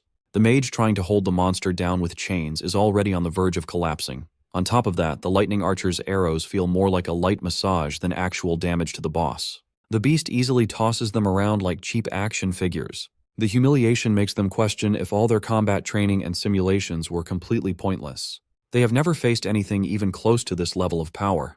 The mage quickly realizes that the president is their only real hope of winning. Standing far in the backline, the president strikes a dramatic pose. He charges up his ultimate skill while receiving power buffs from the support mages. Once he finally gathers enough energy, he launches himself at the boss with his flaming sword. The blade pierces straight through the monster's core. It then erupts into a storm of flames, melting the creature from the inside out. His teammates erupt in cheers, celebrating the rise of a legend whose name is sure to go down in the history books. The drone nearby announces that their team has cleared a grade D zone in just over 30 minutes. Completely fired up, his party is fully convinced they secured first place. They believe no other team could possibly beat that time. They eagerly exit the lair, expecting to see their names proudly shining at the top of the rankings. They soon walk through hallways filled with students who gave up and teleported out early. Most of them look completely traumatized, still haunted by the demons they faced for the first time. The president's lackey spots Chen and his squad sitting off to the side. One glance at the exhausted group makes it clear. They must have failed the moment they went inside. The lackey smugly walks over, mocking Chen for failing halfway through after acting so bold earlier. The loyal follower keeps talking, but his boss silences him because the Alliance vice chairman is approaching. The elegant man claps slowly and congratulates the students on their great performance. As he gets closer, the president keeps a calm face, while his followers nearly shake with excitement at standing in front of one of the world's most powerful men. President Ting confidently reaches out for a handshake. However, Mr. Cavendish completely ignores it, walking straight past him without even looking. Embarrassed in public, the president feels his pride shatter. To make matters worse, the vice chairman loudly calls his rival a true legend. He grips Chen's shoulder and announces to everyone that Chen cleared a D-rank dungeon in just 20 minutes. Not even professional teams from his own guild have ever broken a record like that. Both the council president and his lackeys are left completely speechless. They cannot figure out how 4 nobodies beat their 10-man squad's time and actually cleared a D-rank lair. Chen does not even blink. Getting praise from the most powerful man in the country means nothing to him. Still, he wonders why such an important figure personally came to this academy. Carl Cavendish calmly states that he will remember Chen's name very well. Then he turns to Gong Lin, the man who invited him here.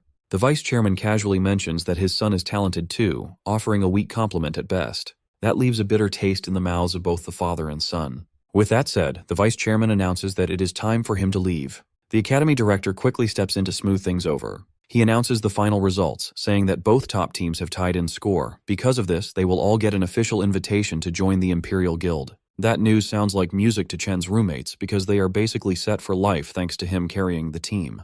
President Ting's lackeys celebrate too, but Ting himself is far from happy with this result. The director then adds that the captains will get management roles in the guild for their leadership and the $1 million cash prize will be split evenly between them. Hearing that, both team leaders are visibly surprised. Chen quietly worries that $500,000 will not be enough to pay off his debt. He needs to find another way to earn the rest of the money and keep his promise to the Mithril Exchange Guild. But that worry might not matter because President Ting openly refuses to accept a tie. He boldly declares that a one-on-one duel will decide the true winner, as there can only be one champion. This sudden challenge is so shocking that it catches the attention of the director and even the vice chairman. Alarmed by his nephew's reckless move, the director urgently tries to talk him into accepting the tie. The older man explains that a tie is the best possible result, especially after his earlier embarrassment. The director assumes Chen will reject the pointless duel, but Chen immediately accepts the challenge on one condition: the winner takes the entire $1 million prize. This unexpected twist is interesting enough to make the vice chairman pause and cancel his departure. With that settled, Chen steps forward to face him directly, ready to settle the score once and for all. Sometime later, Qingzhi tells Si Chen he expected him to take first place, but getting a perfect score was beyond his expectations. Seeing Si Chen all over the news, Qingzhi feels his financial support was a wise choice. He offers to cancel Si Chen's 1.5 million debt, calling it an angel investment in his future. Unwilling to accept handouts, Si Chen firmly states that a debt is a debt and must be repaid in full. Si Chen announces he came to discuss two things, which immediately catches Qingzhi's interest. First, Si Chen requests a 1-week extension on his repayment deadline. Because the graduation test ended in a tie, his prize money fell short by 500,000. He reveals his plan to get the rest of the funds, a one-on-one tiebreaker against the other champion, Gong Ting. The duel will happen next week inside a wild devil's cave outside the school. Qingzhi is shocked by this reckless idea, questioning why 2 students would enter a wild dungeon. He warns Si Chen that it is too dangerous without professional training. Unfazed, Si Chen tells him not to worry and promises to win the remaining $500,000. To make up for the extension, Si Chen promises to hand over all the monster materials he gathers from the cave as interest. Seeing Si Chen's lack of fear and clear focus on his debt, Qingzhi sweats in disbelief. He admits to himself that the young man is truly special. Si Chen casually adds that there is a second, more important reason for his visit. With a serious face, Si Chen bluntly states his final piece of news. Whatever he reveals leaves Qingzhi completely shocked, his mouth dropping open in disbelief. Speechless, Qingzhi stands up and stares at Si Chen in stunned silence. Later that afternoon at Qingshui Middle School, Si Chen's younger sister, Si Yun, celebrates the end of her final exams while her classmates complain about the difficult test. Checking her phone, she happily notes the start of her summer vacation. She suddenly remembers that today is also a big day for her brother. His graduation assessment. She looks at her phone's lock screen, which shows a cheerful selfie of her and Si Chen. 4 years ago, an excited Si Chen burst into the room with his admission letter from the National Awakener University, thrilled that he had elemental potential. A younger Si Yun excitedly asked if he was going to become an awakener like their parents. Full of hope, Si Chen promised to join a top guild, make money, and give her a better life. He also believed that gaining power would let him find the truth behind their parents' disappearance. Si Yun cheered him on, confident her brother would become a strong awakener. In a more recent memory, a sad Si Chen sat at his desk. He worried that he was already a senior and still hadn't awakened his powers, while Si Yun watched him. Noticing her worry, he quickly tried to hide his sadness. Forcing a smile, he told her everything was fine and he just needed to work harder. Si Yun reflects on her brother's journey.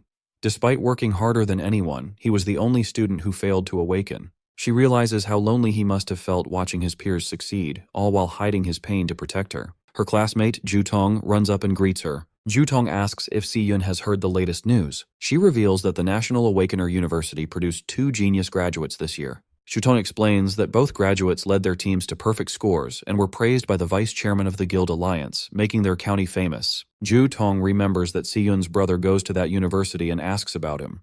Si Yun hesitates, feeling sad about the question. Before she can answer, a pink-haired student interrupts them with a flirty greeting. The boy, school idol Jin Duoxin, smugly tells Si Yun he booked a private room and asks if she is free to join him tonight. Ju Tong is shocked, asking since when Si Yun knew the school idol. Si Yun just looks very annoyed.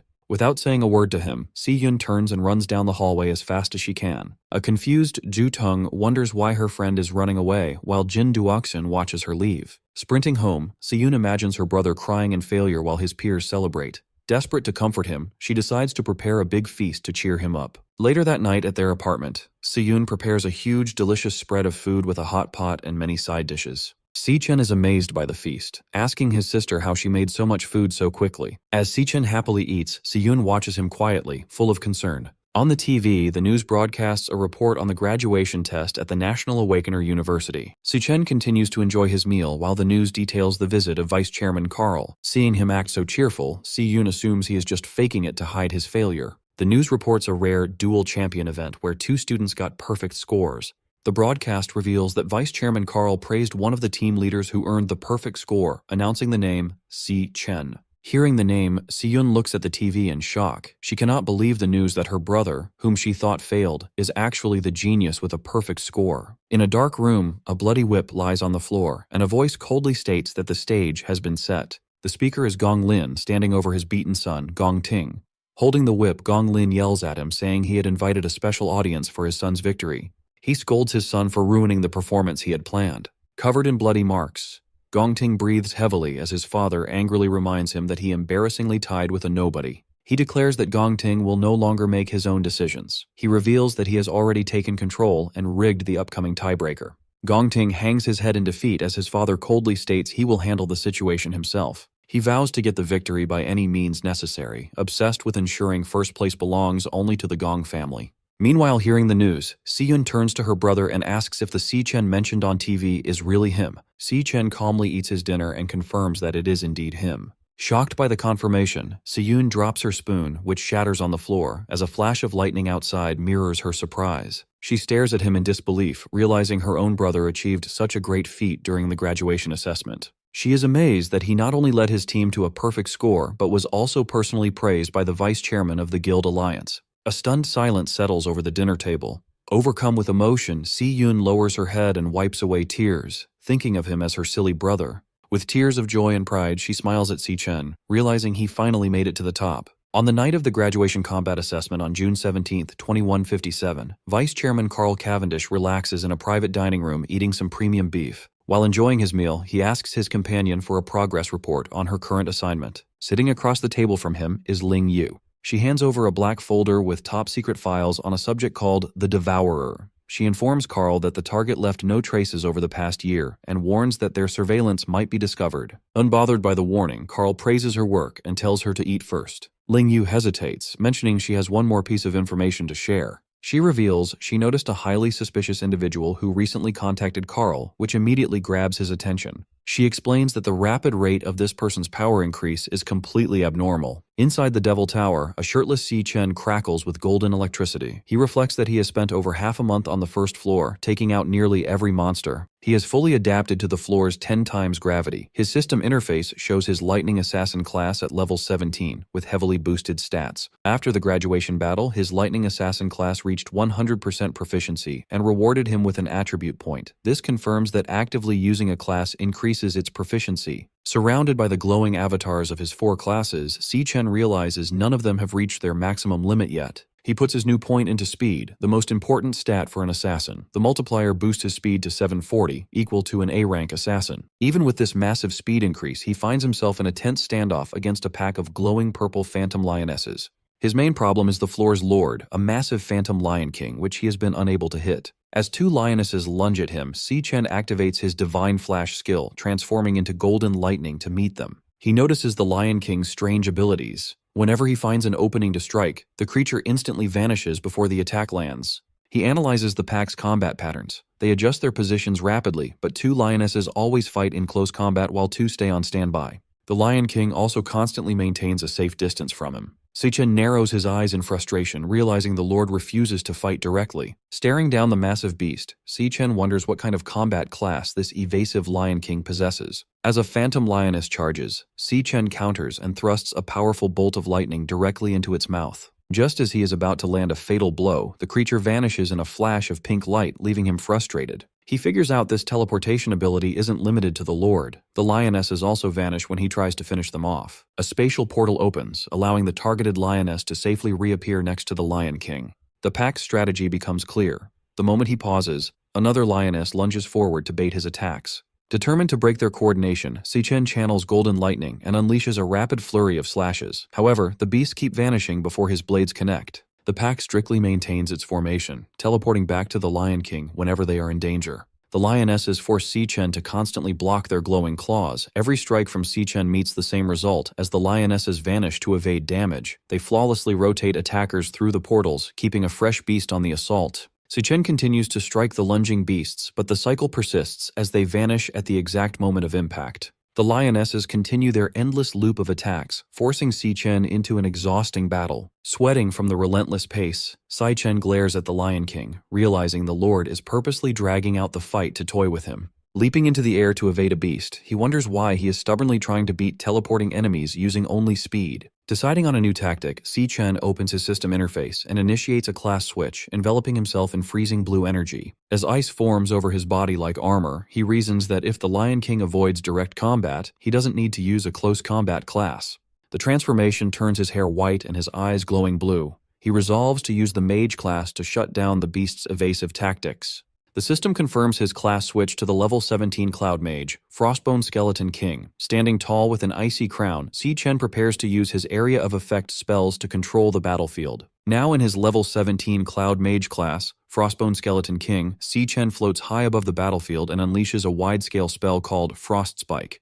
A heavy barrage of ice spikes rains down, causing massive explosions that force the Phantom Lionesses to scatter and retreat. Observing the chaos from above, Si Chen notes that while mages might be weak in close combat, their long-range attacks allow them to completely dominate the battlefield. He targets the Lion King with a concentrated shower of falling ice spikes.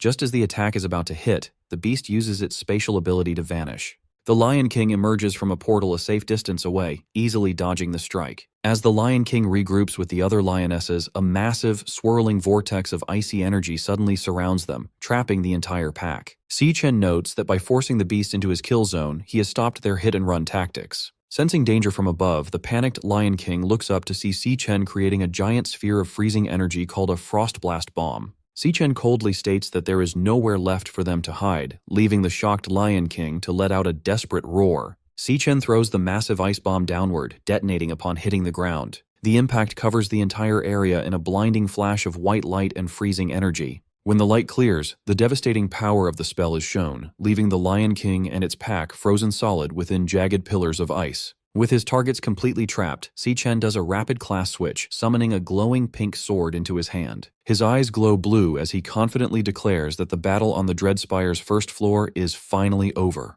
Using his Stellar Warrior class, Si Chen leaps toward the frozen targets and unleashes a heavy downward strike called Triple Cataclysm.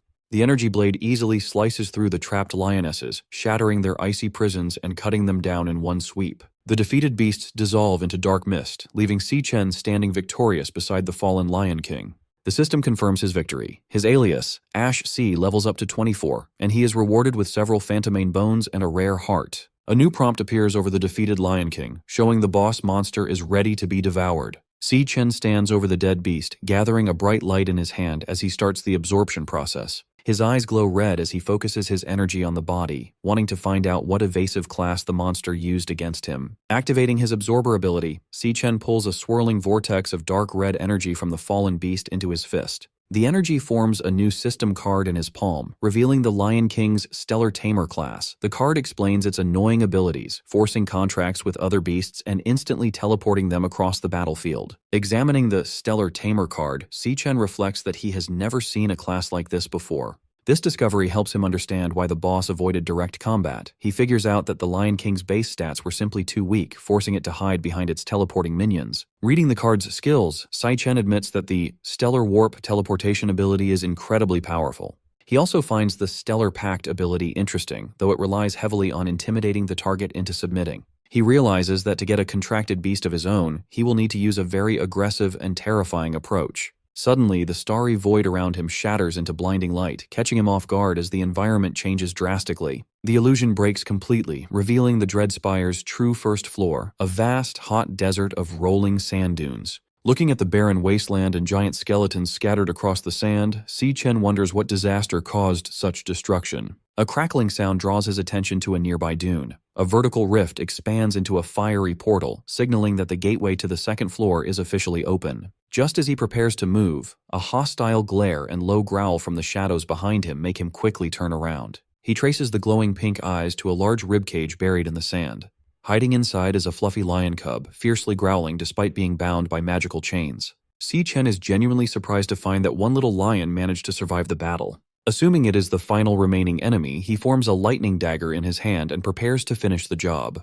As he approaches the hiding cub, he realizes a crucial detail. Since the cub didn't disappear when the Lion King died, it must not be one of the boss's contracted minions. Looking closer at the chains wrapped tightly around the small creature, Si Chen wonders if the Lion King had kept the cub imprisoned there against its will. Staring down at the bound cub, Si Chen gives an intimidating glare, leaving the tiny creature completely terrified. Instead of attacking the cub, Si Chen quickly swings his dagger to shatter the magical chains holding it captive. Freed from its bindings, the little lion falls safely onto the sand. Si Chen turns away, calmly stating that he is giving the cub its freedom back. As he prepares to leave, Si Chen asks the cub if this ruined place used to be its home.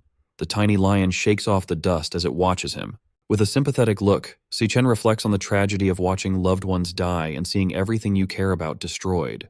The cub stares at him as Si-Chen admits he knows exactly what that pain feels like. Walking toward the portal, Si-Chen advises the cub to stay alive and keep moving forward, announcing it is time for him to head to the next floor. Suddenly, a glowing system interface appears beside his face showing a beast contract request. Since the beast started it voluntarily, the success rate is 100%.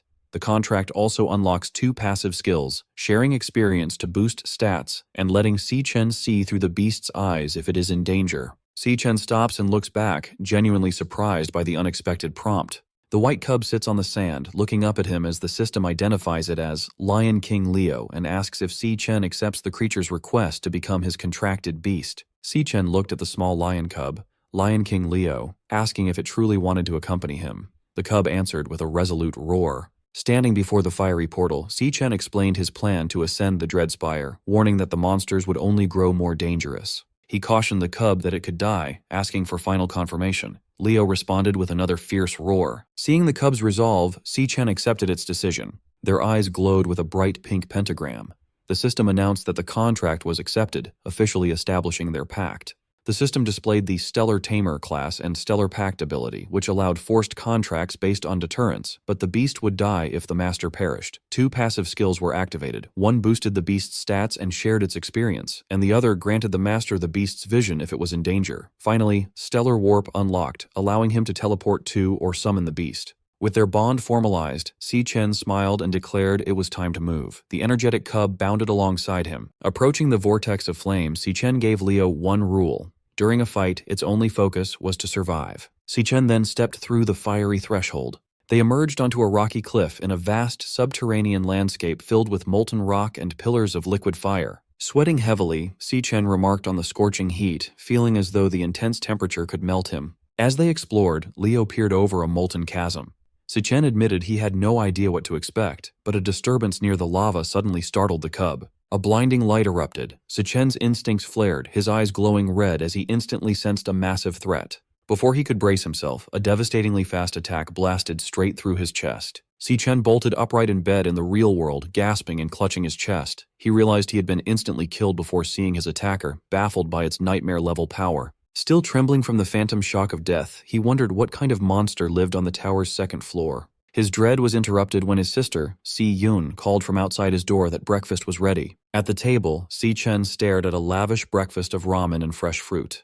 He told Si-Yun, who was packing her bag, that she had made too much food. Munching on toast, Si-Yun instructed him to wash the dishes and reminded him to hang the laundry later. Watching her put on her sneakers, Si-Chen asked where she was rushing off to on her summer break. She replied she was heading to a summer job. Concerned, Si-Chen reminded her that he was handling their finances and she didn't need to work. Si-Yun smiled, explaining that with his recent success, she refused to be left behind. She added that doing nothing all summer sounded terrible, then cheerfully reminded him to do his chores and left. Following his sister's instructions, Si-Chen washed the dishes and hung the wet laundry in the living room. Finishing his chores, he reflected that his sister had always been like this. Looking at a framed photo of them, he admired how tough and unshakable she remained. Ironically, even though she wasn't an adult, he often felt she was the one looking after him. His thoughts darkened toward his looming responsibilities. Once his school affairs were settled, he had to confront the Demon King Wrath. This battle would keep him away from Si-Yun for a long time.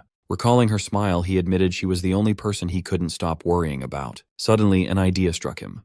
Pressing his fingers to his temple, he wondered if a certain experiment might work. His eyes glowed pink as he channeled his abilities. A portal materialized, and Lion King Leo tumbled out, landing safely in the room. Si-Chen stared in disbelief. He was amazed he could pull his contracted beast out of the Dreadspire and into the real world. The energetic cub quickly made itself at home, darting around the living room and playfully shredding tissues. Looking at his system interface, Si-Chen formed a plan. He could command Leo to protect his sister during his absence. Thanks to his passive skills, if she was in danger, he would share the beast's vision and teleport to her rescue.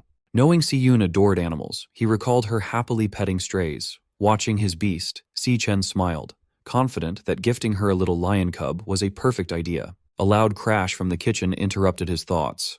Startled, he went to investigate. Hoping Si-Yun would like her new pet, his confidence evaporated when he saw the kitchen. The cub had caused absolute chaos, shattering plates and gnawing on the faucet. Outside in the city at sunset, a surge of dark energy destroyed a security camera on a utility pole, leaving the area unmonitored. Beneath it, a bleeding man clutched an ice blade and retreated in terror. He pleaded with his unseen attacker as a massive demonic claw manifested before him. The demonic claw lunged forward, brutally impaling the man through the chest. His eyes widened in horror as glowing crimson tendrils hoisted him into the air. A terrifying system interface appeared, displaying a loading bar that coldly indicated the man was being devoured. Elsewhere, an exhausted Si-Yun walked home with bags from her summer job. She sighed in relief, her feet destroyed from the bubble tea summer rush. Her route took her into a dim underpass. Unbeknownst to her, she walked directly beneath the recently destroyed security camera. As her footsteps echoed, a sudden presence made her stop. She turned in surprise as someone from the shadows coldly announced that she was finally there. Waiting in the dark underpass, Jin Duoxin holds a large bouquet of red roses, showing he has been waiting a long time for her. He steps into her path to offer the flowers. He mentions she left school too fast to hear his invitation, adding that he booked the entire top floor of Purple Peak Tower for them tonight. Looking at the flowers, Si-Yun asks how he knows her address. Jin Duoxin proudly credits his father, the city hospital director, saying finding such minor details is easy for him. Unimpressed, Si-Yun coldly replies that they are from different worlds. She tells him not to look for her again and walks away. Annoyed, Jin Duoxin grabs her arm to stop her. He complains about the effort it took to book the venue and angrily asks if she really plans to stand him up and humiliate him in front of his guests. Si-Yun glares at him, saying she doesn't care about his reputation. She then calls him out, telling him it is creepy that he stalked her all the way home. Triggered by being called creepy, Jin Duoxin loses his cool. With a dark expression, he threatens her, warning that she doesn't know who she is talking to or what he could do. Before he can finish his threat, Si-Yun swiftly counters and delivers a hard headbutt to his face. The impact sends him crashing to the ground, crying out in pain as he holds his bleeding nose. Standing over him, an angry Si-Yun yells at him to get his head checked at his father's hospital. Fuming, she walks away, warning him to stay away while complaining that his pathetic stunt ruined her day. Later that evening at her apartment building, a warm light shines from her family's window, offering a stark contrast to the dark alleyway. Upon arriving home, Si-Yun is amazed when she is given the fluffy white lion cub, Leo. Her eyes sparkle with instant adoration. She eagerly snuggles the tiny beast, completely in love, and excitedly asks her brother, Si-Chen, where he found such an adorable creature. Si-Chen introduces the cub as Leo, explaining he is a special gift for her. Overjoyed, she marvels at the fact that she gets to keep a baby lion. As Leo purrs in her arms, Si-Yun notices a strange detail. She wonders why the tiny cub already has a big mane, since normally only adult male lions grow them. She quickly ignores the mystery, declaring she will get him registered in the morning. Watching them bond, Si-Chen feels relieved, knowing his sister will be safe with the beast by her side while he is away. Suddenly, a loud chime from Si-Chen's phone interrupts his thoughts, and he looks down at the bright screen. A satisfied smile appears as he reads an email from the Guild Supervision Bureau. It confirms his application is approved. Relieved, Si-Chen thinks everything can now go exactly as planned. With his home life secure and paperwork done, Si-Chen looks confident. He is finally ready for his next major hurdle, the graduation tiebreaker duel against Gong Ting in 6 days. 6 days later, the tiebreaker exam begins at the city outskirts in Greenlight Forest. Director Gong Xuan tells both candidates to pay attention as he explains the exam details. Standing before a green portal at the base of a massive tree, Gong Xuan announces the school chose this wild dungeon for the tiebreaker. He adds that recent surveys rate the dungeon as D rank. He confirms that both Si-Chen and Gong Ting will enter at the same time and take the exam inside the same dungeon. He then warns the students that wild dungeons are unmapped and much more dangerous than standard school dungeons. Because of this risk, 3 senior guild members from Easternia will join as examiners. They will enter the dungeon with the candidates to keep them safe and score their performance. The team includes Ivan from the Imperial Guild, Yasmin Kai from the Divine Eye Guild, and Sato Woda from the Silver Guild. Gong Xuan explains that the final scores will be decided by what these 3 examiners see. Meanwhile, a live video feed of the exam is shown in a dark VIP room at the academy. Watching the screen, Gong Lin smirks. He silently hopes the 3 examiners handle their secret deal properly, ensuring a clean job with no loose ends. In the same room, Principal Yuan Long asks Vice Chairman Carl Cavendish why he is still at the academy since his official schedule ended 2 days ago. Carl laughs, watching Si-Chen and Gong Ting on the screen. He replies that nothing is more interesting than this event, admitting he hasn't seen 2 real prodigies fight in years and refuses to miss it. Pointing toward the green portal, Director Gong Xuan loudly declares the official start of the graduation tiebreaker exam. With fierce determination, the match between Si-Chen and Gong Ting begins. Without hesitation, both candidates walk directly into the glowing portal. Si-Chen steps out on the other side, covered in the lingering green energy of the portal. He looks around his new surroundings, finding himself in a gloomy, dark landscape filled with dead trees. Standing near the entrance, the examiners take in the eerie environment.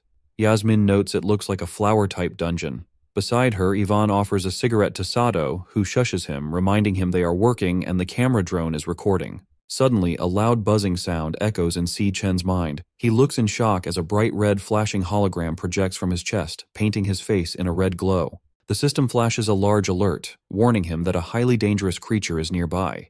Stunned, Si Chen realizes this is the first time his demon heart has ever issued such a serious warning. Soon the system alert abruptly vanishes, leaving Si Chen wondering if a high-ranking monster truly lurks inside this mere D-rank dungeon. He and Gong Ting continue their trek down a desolate path framed by massive, gnarled roots and twisting branches. Gong Ting confidently takes the lead, navigating the foggy terrain, while Si Chen follows closely behind. Observing the candidates from a high ridge, Yasmin notes the fog's suffocating thickness. Beside her, Sato Woda orders the examiner team to stay on high alert and keep their eyes glued to the examinees. A loud crack abruptly shatters the tense silence as the rocky ground violently ruptures before the students. A grotesque, massive insectoid creature bursts from the earth, identified by the system as a poison cage ant, a D-rank flower archer. Reacting instantly, Gong Ting unsheathes his katana and charges aggressively at the towering beast. Watching this swift response, Ivan praises the young man's exceptional reaction time. However, Sato Woda cautions that wild dungeon monsters are faster, crueler, and far more underhanded than anything used in school training. The poison cage ant initiates its attack by firing a toxic volley of glowing green projectiles, but Gong Ting agilely deflects every strike with his swift blade.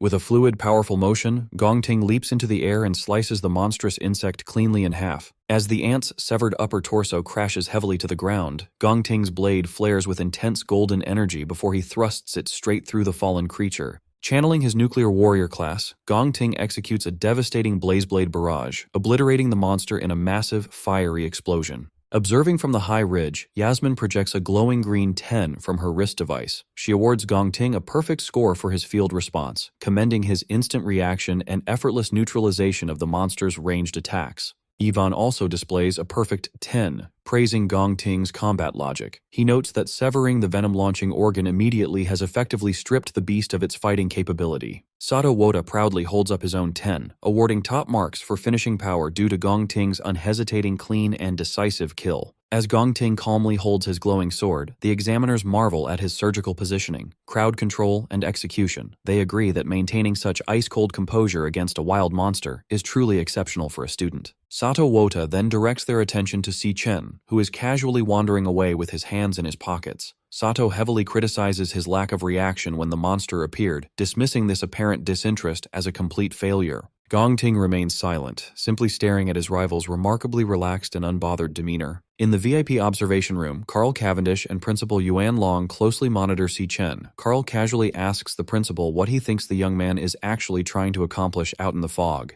With a knowing smile, Principal Yuan Long deduces that Si Chen is actively hunting for something specific. Down in the dungeon, Si Chen pauses, tapping his foot against a tangled cluster of giant tree roots. He realizes this central spot offers a way to wipe out the entire threat in a single, sweeping move. Golden lightning crackles to life in his hand, forming a bright, jagged dagger. Declaring he has finally found his target, Si Chen ruthlessly plunges the lightning blade straight down into the roots. The strike sends a massive shockwave of golden lightning deep underground, violently rupturing the earth. A hidden nest of poison cage ants is blasted upward, completely engulfed and obliterated by the explosive electrical energy. Sweating profusely, the examiners realize Si Chen has deliberately targeted the monster nest. They question his sanity, terrified that provoking a horde of D-rank monsters will get everyone killed. Watching the chaotic explosion, Gong Ting's usual composure cracks, leaving him visibly shocked and wondering what Si Chen plans next. Gathering momentum, Si Chen channels intense electricity into his boots and forcefully launches himself upward.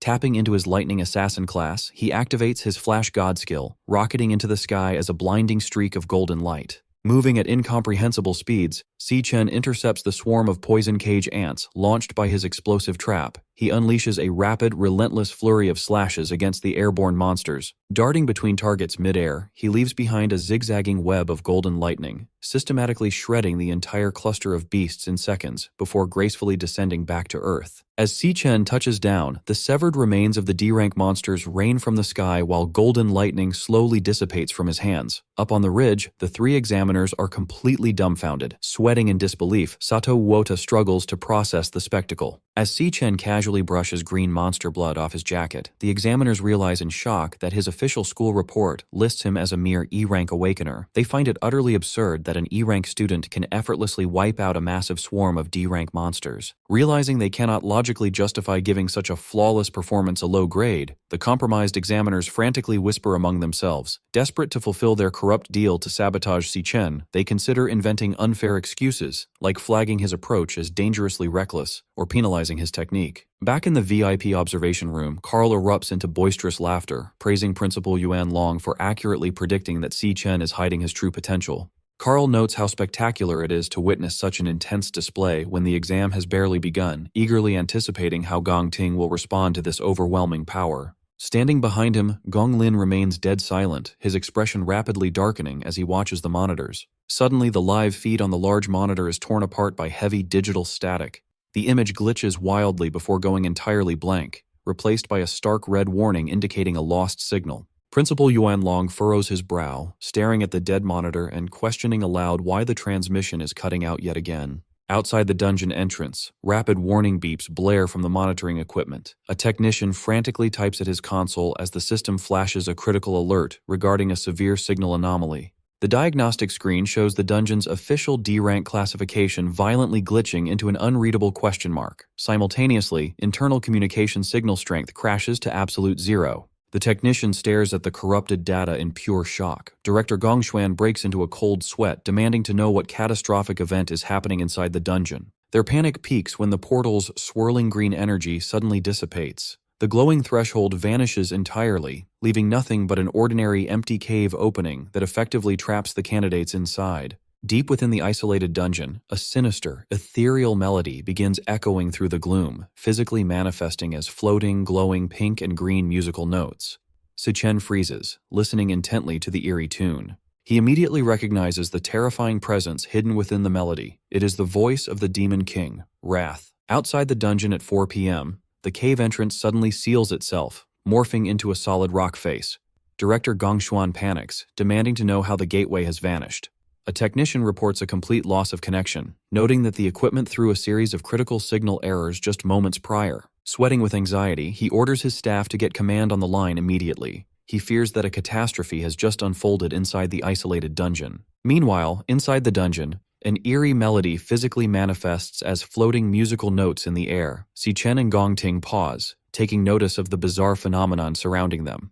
The examiners are equally confused by the sudden shift in the atmosphere. Yasmin Kai asks the others if they hear the noise, and Sato Wota confirms that it sounds like strange music. Feeling the heavy rhythmic thuds of the melody, Si Chen grows deeply alarmed. He immediately recognizes the sound as the voice of the Demon King, Wrath. He desperately wonders why Wrath is present in this low-level dungeon, knowing the Demon King is not supposed to appear for another 3 years. Suddenly, the Demon Heart system bombards Si Chen with severe high-danger alerts. He tenses up, realizing the interface is screaming at him about an imminent, lethal threat. As heavy thuds shake the ground beneath him, Si Chen realizes that something massive stands right behind him in the fog. A sinister laugh echoes through the cavern as a towering, shadowy figure approaches through the thick mist. Visibly shaken by the overwhelming presence, Sato Wota wonders what kind of monster hides in the fog, just as 2 glowing eyes pierce the gloom. The creature steps into view, revealing itself as a grotesque humanoid mantis monster radiating dark energy. Glaring down at the group, it sinisterly welcomes the humans and declares that they have walked right into its trap. Stunned to hear the creature speak, Sato Wota realizes that a monster capable of forming words must be at least a high-tier C-rank beast. He frantically questions how such a powerful entity can possibly exist inside a D-rank dungeon. Fearing the high-level monster will slaughter the students, Sato summons a massive, glowing axe and leaps forward to intercept it. He urgently orders everyone to get behind him for protection. Before Sato can even land his strike, the mantis demon counters with blinding speed. In a single, brutal motion, it swings its scythe-like appendage and cleanly severs Sato's entire arm. As the other examiners freeze in horror, the mantis demon instantly vanishes and reappears directly behind Gong Ting. Raising its bloodied scythe, it mocks the group, telling them to curl up and accept their fate.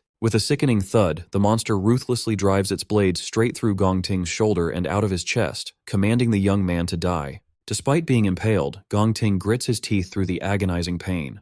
Instead of falling, a fierce, crazed grin spreads across his face. Capitalizing on the monster's close proximity, Gong Ting swings his flaming golden sword down and brutally chops off the creature's trapped scythe arm, leaving the mantis demon wide-eyed in shock. Without missing a beat, Gong Ting follows up with a powerful mid-air kick that launches the crippled beast backward across the rocky terrain. Bleeding heavily from the massive hole in his shoulder, Gong Ting ignores his severe injuries and glares with glowing eyes. He declares that since the Overlord drew first blood, the kill belongs to him under the principle of combat priority. He fiercely warns Si Chen not to dare interfere in the fight. Si Chen watches the monster intently, his eyes glowing green as he uses his abilities to assess the creature's true power. The system interface updates the mantis demon's classification, confirming to everyone that it is actually a highly dangerous C-rank high-tier beast. Seeing the massive hole in Gong Ting's shoulder, Yasmin Kai urgently yells at him to get medical treatment. She pleads with him to suspend the exam and let them pull him out, warning that the monster is completely out of his league. Gong Ting flatly refuses. Gathering intense fire magic in his hand, he completely rejects the idea of giving up. Si Chen watches in shock as Gong Ting presses his burning hand directly against his bleeding chest, using the raw heat of his own flames to painfully cauterize the severe wound. Pushing through the agonizing pain, Gong Ting fiercely declares that the fight does not end until one of them is dead. Without hesitation, Gong Ting leaps high into the air and brings his flaming sword down toward the crippled mantis demon to continue his assault. Meanwhile, outside the sealed dungeon, Silas Lin, the leader of the Imperial Guild's King Squad, assesses the vanished entrance. He calmly explains that this phenomenon indicates a highly intelligent monster operates inside, one that purposely lured the humans in before snapping the trap shut. Director Gongshen panics, desperately asking if there is any way to force the entrance back open since the students are still trapped inside. Silas coldly states that there is only one way to make the exit reappear. Someone on the inside must track down and kill the dungeon's overlord. Desperate for a silver lining, Director Gongshuan tries to rationalize the situation. He suggests that since a standard D-rank dungeon caps out at a C-rank overlord, the trapped examiners and students should still have a fighting chance to kill it and escape. Silas quickly shatters his optimism. He reveals that the initial D-rank reading is just a fabricated mask created by the Overlord to purposely disguise the dungeon's true, deadly nature. Connecting the clues, Silas deduces that this specific dungeon is the culprit behind the recent string of Awakener disappearances his team has been investigating. He gravely informs a horrified Gong Xuan that the trap they stand in front of is actually an extraordinarily dangerous B-rank dungeon. Meanwhile, in the dungeon, the monstrous insect attacks relentlessly with its scythe-like arms. Gong Ting stands his ground, parrying the heavy blows with his flaming katana. He quickly retreats to evade a sweeping strike. As the beast raises its arm for a devastating blow, Gong Ting vaults into the air. The creature's attack misses. Its bladed limb buries deep into the ground and becomes firmly stuck. Seizing the opportunity, Gong Ting declares that he has the monster trapped. With a swift, powerful swing of his glowing sword, he severs the creature's head. The decapitated head tumbles across the rocky terrain as the rest of the group gathers. Yasmin watches in stunned disbelief, amazed that Gong Ting has managed to defeat the Overlord entirely on his own. She admits that his strength is genuinely formidable. Nearby, Ivan channels a green healing aura into Sato Wota's injured arm, asking if he is recovering. Sweating, Sato expresses his gratitude for the timely intervention. However, Sato's relief vanishes as he checks his smartwatch. He alerts the others in a panic that his device has lost its signal, leaving them completely isolated. Yasmin and Ivan immediately check their own gear. Yasmin confirms her connection is gone, while Ivan grimly notes that every signal, including their compass positioning system, is completely dead. Sato panics, demanding to know when the camera drones went offline. Gong Ting looks back at him in confusion. Suddenly, the headless mantis monster stands back up. Without warning, the decapitated creature lunges straight at a shocked Gong Ting. Si Chen instantly intervenes, unleashing a flurry of golden lightning strikes that slice the creature into pieces. The system confirms the kill, awarding him experience points. Still reeling, Gong Ting demands to know how the monster kept moving after he cleanly chopped off its head. Si Chen calmly explains that the mantis was never the true overlord. It has been hypnotized the entire time, allowing its body to fight even after death. He urgently orders the examiners and Gong Ting to leave the dungeon immediately, warning that any of them could be the next target. Defensive, Gong Ting questions how Si Chen could possibly know that. Sato angrily accuses Si Chen of losing his mind, insisting there can only be one C-rank overlord in the dungeon. He argues that the high-tier monster they just fought has to be the boss, as nothing else makes sense. Before Si Chen can argue further, his system floods his vision with critical warnings of a highly dangerous creature. Suddenly, a massive, pulsing wave of psychic energy sweeps through the cavern. Caught in the blast, Yasmin, Ivan, and Sato's eyes begin to glow with a sinister pink light as the true Overlord's hypnosis takes complete control of their minds. Realizing his warning has come too late, Si Chen quickly activates a wireless earbud. He immediately recognizes the distinct pulsating sound wave. In his past life, he witnessed the Demon King, Wrath, use this exact frequency to seamlessly hypnotize and slaughter millions of ordinary humans across the globe. He turns to see Yasmin, Ivan, and Sato perfectly synchronized, marching forward in a mindless trance. Convinced that the dungeon's true overlord is directly connected to Wrath, Si-Chen coldly resolves to face the creature head-on.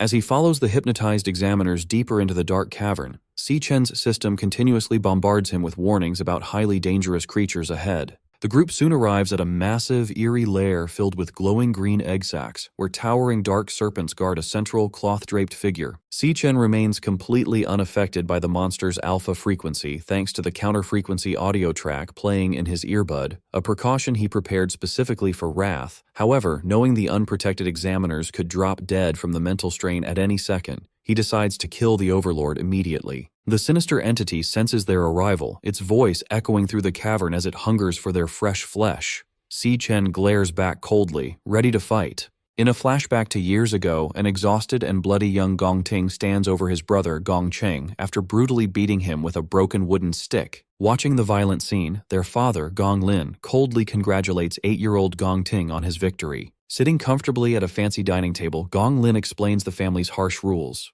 The winner earns the right to eat, while the loser, young Gong Chung, must kneel on the ground until sunrise. Left outside, a bruised and beaten Gong Chung kneels obediently as his stomach growls from hunger. Gong Ting secretly approaches his defeated brother and offers him a piece of bread. Surprised and scared, Gong Chung whispers that their father will severely punish him if he gets caught. Ignoring the risk, Gong Ting firmly tells his brother to shut up and eat. However, Gong Ting's act of kindness is quickly discovered. He is viciously slapped across the face and forced to kneel on the floor, trembling as his father holds a whip over him. Standing over his beaten son, Gong Lin asks if he understands why the Gong family has so much power and status today. He proudly declares that it is because he has never lost a single fight. He drills his ruthless mindset into his son, stating that winners make the rules and losers are forced to follow them. Still defiant despite the abuse, young Gong Ting asks his father if beating him means he gets to make the rules. Gong Lin simply laughs at the challenge. Years later, a badly beaten Gong Ting collapses to his hands and knees. He coughs up blood as his shattered sword falls to the ground, angrily asking his father why he refused his challenge for a fair duel.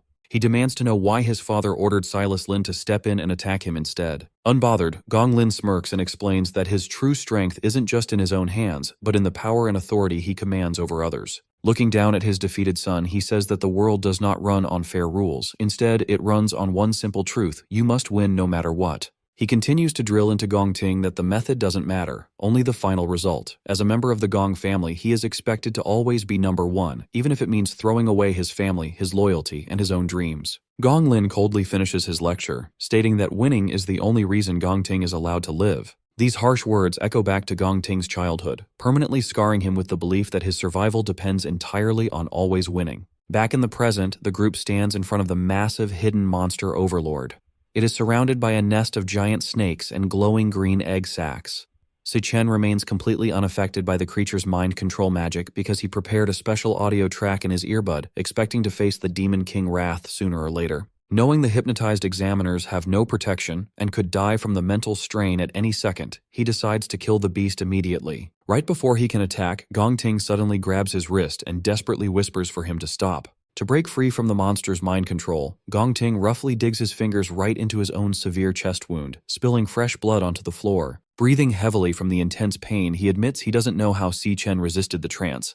He explains that hurting himself is his own way of keeping his mind clear. He urgently warns Si-Chen that a reckless attack will give away their position and get everyone killed. Sweating heavily, he points out the countless glowing eggs surrounding the monster's throne. He explains that if they trigger the nest, they will be swarmed by dozens of C-rank monsters, making survival impossible. Looking at the trap, he realizes the smart Overlord disguised its home as a weak dungeon to lure in and kill unsuspecting awakeners. Because of this trick, he is sure the monster will eventually come to them on its own. He suggests a new plan. They should play along and stay still. The second the Overlord gets close enough, they will launch a surprise attack and kill it together. Si-Chen looks a bit impressed, admitting he didn't expect Gong Ting to think so clearly and logically under pressure. Despite the compliment, Si-Chen completely rejects the plan. He warns Gong Ting that waiting won't work because this specific monster doesn't even need to move to kill them. He explains that the Overlord doesn't need to attack them physically.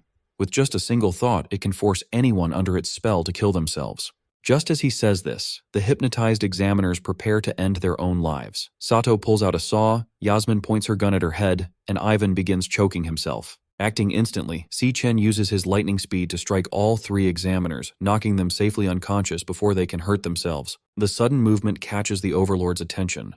Realizing its prey is fighting back, the monster angrily declares that its food has been ruined. Reacting to the threat, the Overlord triggers the glowing green egg sacs, causing them to violently burst open. Dozens of dangerous C-rank blade arm mantises crawl out of the eggs as the Overlord orders the swarm to kill the intruders. As the deadly horde surrounds them, Gong Ting realizes their stealth plan is ruined and decides it is time for an emergency backup plan. Drawing his sword, he steps firmly in front of the unconscious examiners. He orders Si-Chen to grab the 3 adults and escape the dungeon, promising to hold off the monster swarm all by himself. Si-Chen is completely surprised by Gong Ting's selfless choice to sacrifice his own life for their safety. Gong Ting admits he knows he can't defeat the entire swarm of C-rank monsters alone. However, he firmly states that he can at least buy Si-Chen enough time to run away with the others. Clashing his flaming sword against a charging mantis, Gong Ting yells that he is taking responsibility. He blames himself for demanding the tiebreaker duel and dragging everyone into this deadly trap. The overwhelming physical strength of the monster's strike overpowers Gong Ting, easily knocking him backward. Stabbing his sword into the ground to stop himself from sliding, a panting Gong Ting stubbornly insists that since the situation is entirely his fault, he has to be the one to fix it. Si-Chen steps forward, admitting that he had completely misjudged his rival's character. As his system starts a class switch, he reminds Gong Ting that he wasn't the only one who agreed to the duel. Fully transforming into his level 24 Lightning Assassin class, Si-Chen summons a glowing blade of golden electricity. Surrounded by the swarm of mantis demons and the giant overlord's buzzing aura, Si-Chen channels his golden lightning and confidently announces that he has a plan.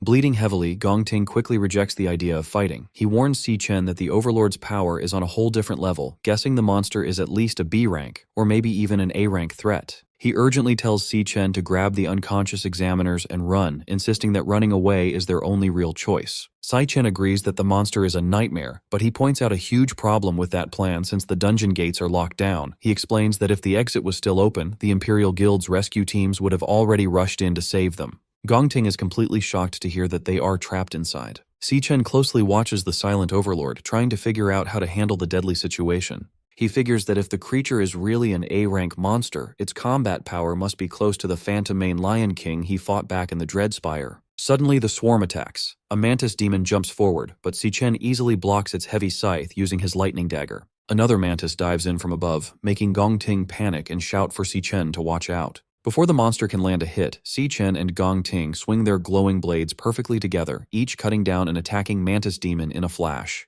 A moment later, a huge swarm of mantis demons screeches and charges right at them. Holding his bleeding chest, Gong Ting grits his teeth, realizing that with so many monsters coming at them, it is only a matter of time before they are completely overwhelmed. Ignoring the terrible odds, Si-Chen focuses his energy. Tapping into his Lightning Assassin class, he forms several crackling blades of electricity in his hand. With a quick move, he shoots out a wave of golden lightning blades, piercing right through several charging beasts all at once. Not stopping there, he activates his Flash God skill. Moving at blinding speed, he rushes straight into the swarm, easily cutting off the heads of multiple monsters in a single dash. Gong Ting watches this crazy show of power in total disbelief, thinking it should be impossible. He knows that the assassin class naturally has very weak base strength, making them almost useless against large groups of enemies.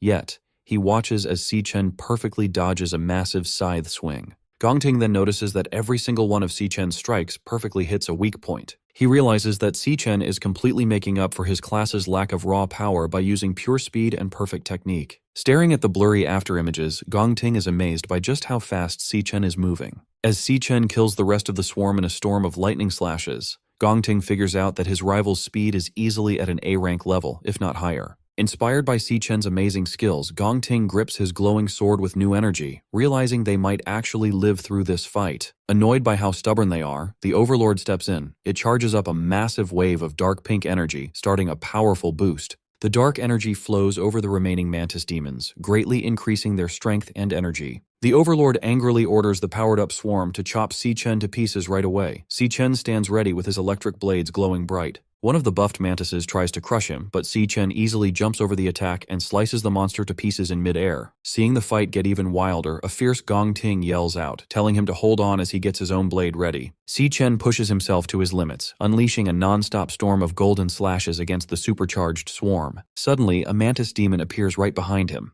Relying on his crazy speed, Si Chen vanishes just in time to dodge the deadly strike. He reappears and instantly fights back with a rapid storm of close-range slashes, but his attacks fail to cut through the creature's tough new armor. The angry mantis hits back with a heavy blow. Si Chen blocks the strike but gets pushed far back by the sheer force of the hit. Panting heavily, he realizes that the Overlord's boost has pushed every single stat of these monsters right into the B-rank level. He notes that their shells have become as tough as solid iron, making it impossible to easily stab their weak spots, so he figures they need a way to completely break the armor first. Behind him, Gong Ting shouts his thanks, knowing Si Chen has bought him the time he needs. Abandoning his speed, stamina, and elemental control without hesitation, he pours every remaining ounce of power into pure strength. Flames erupt around his sword in a massive exploding pillar, Leah. Later that evening in the rental apartment, Ju Tong arrives with bags of groceries and apologizes for taking so long to buy the drinks. Si Yun, with Leo resting on her shoulder, tells her not to worry since her brother is not back yet anyway.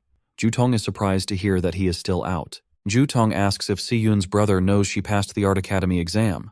Si Yun replies that she has not told him yet, but she did let him know she had huge news to share. Figuring he is just running late, she suggests they start without him. Just then, Si Yun holds up an empty jar and realizes they have run out of garlic sauce. She tells Ju Tong to wait at the apartment while she and Leo make a quick run to the store, adding that she will grab some snacks so they can celebrate properly. Shortly after, Si Yun finishes her shopping at a local convenience store and heads back outside. As they walk, Leo happily eats some food while hiding inside her backpack. Si Yun smiles and calls him a little angel for being so quiet the entire time. She warmly praises the cub for being a good boy and promises to buy him cookies next time. Without Si Yun knowing, she is being watched from a nearby alley. A man standing with a hooded partner holds a picture of her and reports over his radio that he has found their target. He then asks if they should attack. A voice over the radio tells him to wait and follow her until she is out of range of the street cameras. The man confirms the order and keeps watching. As Si Yun walks home, the sound of heavy footsteps follows closely behind her. The stalkers match her pace and start to close the distance. Knowing that the men have been following her since she left the store, Si Yun wonders what exactly they want from her. Hidden inside her backpack, Leo lets out a warning growl. Si Yun gently holds him and asks the cub if he senses the danger too. She whispers for Leo to stay hidden inside. Looking back at her followers with a brave and sharp expression, she quietly says that her night just got interesting. Deep inside the dungeon, a heavily panting Si Chen realizes the monster boss's dark energy has pushed the bug swarm to a much higher threat level. Seeing that their shells have become as tough as solid iron, he knows he can no longer easily cut through them. He realizes he needs to find a way to break their armor first. Just then, Gong Ting shouts his thanks, telling Si Chen that he bought him exactly enough time. Giving up his speed and energy, Gong Ting turns all his remaining power into raw strength and bursts into a massive pillar of flames. With his strength at its limit and his eyes glowing, an angry Gong Ting announces his final move. Swinging his flaming sword, he unleashes a huge wave of fire, declaring he will burn the monster to ashes no matter how strong it is. The massive fiery attack crashes into the charging swarm, violently burning the bug monsters. Tearing right through the group of enemies, the giant blade of fire strikes directly at the calm, waiting boss. The strike explodes upon impact, trapping the monster in a huge, blinding blast of fire. Barely able to stand, Gong Ting falls to his knees and leans heavily on his sword. He realizes that his physical energy and magic are completely gone. Wiping sweat from his face, a tired Gong Ting breathes a sigh of relief. As the flames clear to show the burned remains of the swarm, he happily says that the fight is finally over. However, an evil laugh echoes from inside the fading fire. The boss calls out, mocking them by asking if that was really all they could do. Gong Ting freezes in pure shock, while Si Chen calmly looks toward the source of the voice. The smoke clears to show the boss completely unhurt, protected inside a massive, glowing green shield. The monster glares down at them and calls their attack disappointing. Total fear washes over Gong Ting's face. He loses all hope, realizing he just used every last drop of his power and still failed to leave a single scratch on the creature. Staying perfectly quiet, Si Chen looks closely at the enemy's defense. He realizes that right before the fire attack hit, the boss drained the life from the remaining monster eggs to build a shield strong enough to block anything. Barely able to stay standing, a defeated Gong Ting breathes heavily. He loses all hope and wonders if this is really how they will die. Stepping past the broken Gong Ting, Si Chen offers him a deal. Starting to change his combat class, he offers to let Gong Ting take first place in the exam, but only if Si Chen gets to keep the entire cash prize. He adds one strict rule: Gong Ting must never speak a word about what he is about to see. Calling forth his glowing sword, Si Chen fully changes into his secret demonic class. Gong Ting stares in disbelief, shocked to realize that his rival actually has two different combat classes. Without warning, streams of glowing pink energy begin to violently pull themselves out from the dead bodies of the bugs. He activates a special skill that drains the leftover energy and strength from the nearby dead bodies, turning it directly into his own power. A massive pillar of pink energy bursts around Si Chen as his power levels rapidly shoot up to new heights. Covering his face from the strong wind, Gong Ting watches the incredible display of power in pure shock. Even the boss pauses, silently staring at the boy. Breathing out a cloud of energy through his sharp teeth, Si Chen feels his strength and stamina reach their absolute limit. Glowing with a dark demonic energy, he confidently repeats his earlier claim. He will kill the monster himself. The Overlord makes its next move, casting Soul Rest Enigma. A surge of energy burst from the monster's glowing green shield, flooding the cavern with psychic pressure. The mental assault slams into Gong Ting. Bleeding and spent, he grabs his head in agony, cursing the hypnosis clawing at his mind again. Si Chen, fully transformed, doesn't even flinch. The Overlord freezes when Si Chen starts walking toward it, with his massive sword resting on his shoulder. Confused, the monster demands to know why its hypnosis has no effect on him. Frantic to put him down, the Overlord fires off Sonic Hell, blasting a shockwave outward. The force rips through the cavern, but Si Chen holds his ground while Gong Ting buckles under the pressure, crying out in pain. The Overlord locks its gaze on the boy. Si Chen stares right back, eyes glowing. He takes a step forward and keeps walking, heading straight for the shielded monster. Panic hits the Overlord. It stammers, unable to understand how its attack did nothing. The Overlord commands its summons to tear Si Chen apart, and a massive shadowy serpent lunges at him. Si Chen grips his glowing sword and with one brutal swing splits the serpent's head in two. The beast crashes to the ground. Two more giant serpents dive at him from above. He braces, swings his blade in a wide arc, and takes both their heads off in a single cut. With his path clear, Si Chen charges straight toward the Overlord. The monster laughs, declaring its barrier can't be broken. Si Chen asks if that's true and leaps high, positioning himself above the glowing shield. The system announces his Stellar Warrior skill, Ossuary Collapse, draining the remaining strength from surrounding monster corpses to feed his own power. Si Chen lets out a roar. He brings his sword down with everything he has, and the barrier shatters into pieces. The Overlord stares in disbelief. Gong Ting can't believe it. His rival just destroyed the shield in a single hit. Si Chen drops his weapon and charges his fist with blinding energy. The system confirms the activation of Triple Cataclysm in crushing mode. He drives his fist through the Overlord's body, blowing it apart with a surge of raw energy. The punch slams the Overlord into the ground. As the smoke clears from the crater, the Overlord, reduced to a shadowy remnant, mutters, half dead. Standing over the broken monster, Si Chen orders it to talk. He wants to know its connection to Wrath. The Overlord is stunned, asking how a human could know Lord Wrath's name. Si Chen demands an answer. The Overlord spits back that if it knew where the Demon King was, it wouldn't be rotting in this dungeon instead of trying to break his seal. Si Chen freezes. The implication hits him. Someone in this world managed to seal Wrath away. The Overlord bursts into laughter, warning that Lord Wrath will rise again. It vows the Demon King will reclaim his armies and slaughter every last human down to the bone. The Overlord's core ruptures and dissolves into the air. Si Chen reaches out as the system activates, devouring the monster's glowing green essence. The system confirms the absorption, granting Si Chen a new Flower Mage class called Phantom Sorcerer, equipped with the Overlord's psychic attacks and barrier skills. His level jumps to 25, and he earns 3 rare black-scale snake galls. Reviewing his new class, Si Chen connects the dots. Wrath didn't just appear out of nowhere in the future. The Demon King had already been trapped in their world long before the invasion began. A massive hidden conflict happened in the past to seal him, and Si Chen knows nothing about it. His thoughts break when he notices Gong Ting limping toward him.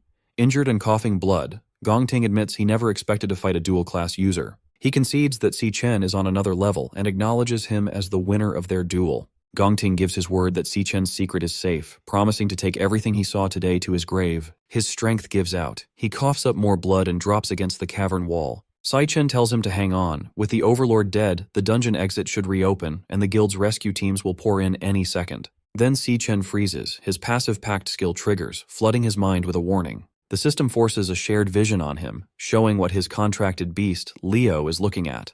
A hostile man radiating dark, swirling energy. Si Chen realizes where Leo is and yells his sister's name. The psychic link reveals an awakener with glowing green eyes, commanding shadowy tentacles. The man is cornering a terrified Si Yun, who clutches Leo to her chest, shielding the small cub from the creeping appendages. Late afternoon on June 24th, Si-yoon is making her way back home through the narrow streets of the city. Ever since she stepped out of the convenience store, she's had some seriously creepy shadows matching her every step. Two smirking thugs are trailing right behind her. Hidden inside her backpack, little Leo can sense the hostility too, letting out a tiny, protective growl. Feeling the backpack shift, Si-yoon asks her cub if he's sensing the danger as well, but instead of panicking, she gently holds the bag and tells her little partner to stay completely hidden inside. Rather than getting scared, Si-yoon turns back with a fierce, brave expression. Honestly, she's almost glad they followed her because her boring night just got a whole lot more interesting. She immediately taps into her survival instincts. When you're being followed, rule number 1 is to get somewhere crowded. Charging down a flight of stairs, she heads straight for the bustling market district. At this time of evening, the local restaurant row is absolutely packed. Using the chaos of the dinner rush to her advantage, she quickly slips into the massive crowd, effortlessly blending in with the shoppers and diners to break her stalker's line of sight. Behind her, the thugs are quickly losing ground. The beanie-wearing guy starts aggressively shoving people aside, frantically trying to force his way through the dense crowd. But Si-yoon's evasion game is on point. The exact millisecond they get distracted by the busy crowd and look away, she vanishes into thin air. The two thugs are left standing in the middle of the street in absolute shock. They panic, looking around for any sign of her. Meanwhile, Si-yoon makes a quick run into a quiet, secluded alleyway to hide. She catches her breath and looks back, relieved to confirm that the creepy stalkers are finally gone. Just as Si-yoon thinks she's managed to escape, a heavy step echoes right in front of her. She stops dead in her tracks, startled to find a shady older man with slicked-back white hair standing on the steps of her own apartment building. Casually puffing on a cigarette, he mockingly complains that he's been waiting forever because the building's door is locked. Her heart drops as she realizes this was a coordinated setup. Horrified, Si-yoon backs away, demanding to know who they are and how on earth they figured out exactly where she lives. Before she can get any answers, the two thugs from earlier catch up and block her exit, laughing about how the little chick can certainly run fast. Realizing she is completely cornered, Si-yoon tries to make a desperate break for it, dashing down the corridor, while the gang of hunters laugh maniacally at her futile attempt. But these guys aren't just ordinary street thugs. They're awakeners. Suddenly, a blast of ice magic shoots out, instantly freezing her foot solid to the ground. The sudden momentum sends her crashing face first onto the hard pavement, knocking her backpack away. Her foot is completely shattered in ice as a glowing blue, frost-coated hand looms over her. The disgusting beanie thug stands over her, drooling like a psycho. He mockingly asks if she's all tuckered out, telling her to take a little breather and keep him entertained for a while. Just as the creepy stalker is about to lay his hands on her, Si-yoon screams out in panic. But before the creep can even touch her, a giant spectral paw slams directly into his face with insane force, sending him flying backward through the air and crashing brutally onto the pavement, which even surprises the white-haired leader. A heavy thud rattles the pavement. Stepping directly in front of a trembling Si-yoon is a colossal, majestic white lion. Si-yoon is shocked, staring at the majestic, glowing beast. Her eyes widen in pure disbelief as she realizes this legendary predator is none other than her little Leo. The beanie thug clutches his bleeding face, screaming in absolute horror. He frantically yells to his partner, crying about how the client who hired them never mentioned they'd have to fight a giant, overpowered monster lion. Leo lets out a deafening, earth-shaking roar that echoes throughout the entire alley. Completely terrified, the hooded stalker panics, frantically charging yellow lightning into his fists in a desperate, last-ditch effort to defend himself. But maintaining that massive, legendary form is way too exhausting for a baby cub. Right after his big, heroic entrance, Leo's energy runs out, and he immediately de-transforms, shrinking back down into his cute, tiny self before tumbling onto his back, completely dizzy. Seeing her fluffy little guardian instantly pass out from exhaustion, Si-yoon panics and immediately scoops her tiny champion up into her arms as she frantically checks to see if he is going to be okay after expending all his energy. Watching the legendary lion immediately shrink back into a helpless, dizzy baby, the white-haired leader looks on with utter disappointment. He scoffs, muttering that he actually thought the beast was going to be something special. With a cold snap of his fingers, he decides to end this game and reveals his own terrifying awakener power. Massive, thorny wooden roots violently rip right through the concrete floor, swarming the narrow alleyway as he sneers that the cub couldn't even maintain its form for 10 seconds. The giant, writhing vines swirl and coil around Si-yoon, trapping her in a thorny, living cage. Clutching a dazed Leo tightly to her chest, she desperately warns the man to stay back. But her warnings mean absolutely nothing to a seasoned killer. Coiling the sharp, thorny branches closer and closer to her face, the leader coldly tells her not to waste his time. He gives her a terrifying ultimatum. She can hand the beast over herself or he'll gladly tear it away from her corpse. Just as the leader is about to close his trap, Leo's eyes shine, and the legendary contract skill triggers. Stellar Warp. Consuming his mental control, a massive warp portal opens, and in a flash of pink light, Si-Chen teleports directly to Leo's location and delivers a devastating kick straight to the leader's face. The sheer kinetic force of the teleport strike sends the thug flying backward like a ragdoll, crashing brutally through the metal alleyway bins. Si-Chen calmly turns to his sister and apologizes for being late, casually explaining that his dungeon business took a bit longer than expected before asking if she and Leo are doing all right. The hooded thug is completely bewildered, wondering where this overpowered monster of a guy suddenly spawned from. Still deeply shaken, his sister frantically tries to explain the situation, warning him that she has no idea how they tracked her down and that they are all high-level awakeners. But Si-Chen just looks back with a reassuring smile, telling her to take a deep breath because her big brother is here now. Meanwhile, the leader emerges from the rubble. Seeing his plan get instantly disrupted, he snaps, furious at himself for letting his guard down for even a second. With thorny wooden roots coiling tightly around his body, he screams that Si-Chen has just made the biggest mistake of his life, vowing to bring their decapitated heads back to his client and demand triple the pay. But our boy doesn't even flinch. Clenching his fist as golden lightning begins to violently crackle around his knuckles, Si-Chen calmly tells his sister to get behind him and stay there, promising that this is not going to take long. Si-Chen recalls his childhood. One day he is getting absolutely pulverized in a dusty alleyway. Leading the beatdown is an orange-haired bully who also happens to be his cousin, screaming at him to finally learn his place. The thugs pin young Si-Chen to the dirty floor, intending to break his spirit. But the bullies didn't count on his sister. A young Si-Yun suddenly charges into the alleyway wielding a massive metal pipe, ordering the thugs to get their hands off her brother. The arrogant orange-haired cousin isn't intimidated at all, mockingly laughing at the idea of this tiny girl trying to play savior. Seeing the gang shift their focus to his sister, a panicked Si-Chen desperately screams at his cousin not to take a single step toward her. He desperately reminds the bully of his solemn promise never to lay a hand on Si-Yun. The smug cousin just laughs it off, openly admitting he lied. He proudly boasts that today is the day he finally beats some humility into his insufferable family members. But while the ringleader is busy monologuing, he makes a fatal mistake.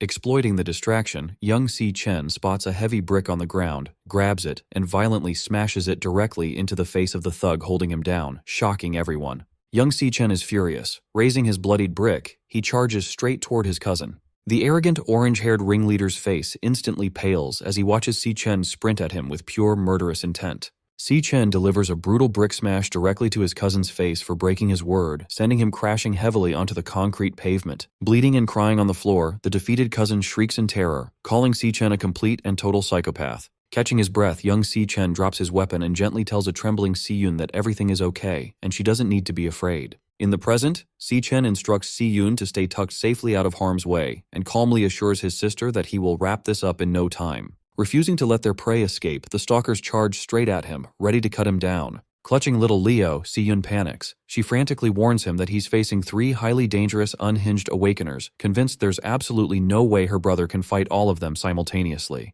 The hooded thug charges in, winding up a massive, lightning-infused fist. He screams at Si-Chen, mocking him for just standing there and making no effort to defend himself. But before the guy can even register what's happening, Si-Chen counters with a single, devastating punch that sends him flying headfirst into the concrete wall. Watching her brother effortlessly fold a high-level awakener with one hand, Si-Yun's jaw completely drops. Right on cue, the bleeding beanie thug leaps, desperately lunging with his glowing elemental dagger. Without even breaking a sweat, Si-Chen cleanly catches the thug's wrist mid-air before delivering a brutal knee strike straight to his face. The sheer kinetic force of the strike launches the beanie thug backward, leaving him crumpled in the alleyway garbage bins. Instantly, a massive thorny wooden root rips through the alley toward him, but with insane reaction speed, Si-Chen effortlessly tilts his head to evade the surprise attack. The heavy vine misses entirely, snapping violently against the tiled brick wall behind him. Seeing his subordinates easily taken out, the white-haired leader completely loses his mind, screaming in fury that a mere kid in a school uniform is making a mockery of them. Channeling his plant magic, the boss summons a swarm of massive, glowing wooden spikes, furiously vowing to turn Si-Chen into a human pincushion. Si-Chen remains calm, and tapping into his godlike agility, he seamlessly slips and weaves through the incoming storm of razor-sharp vines without getting a single scratch.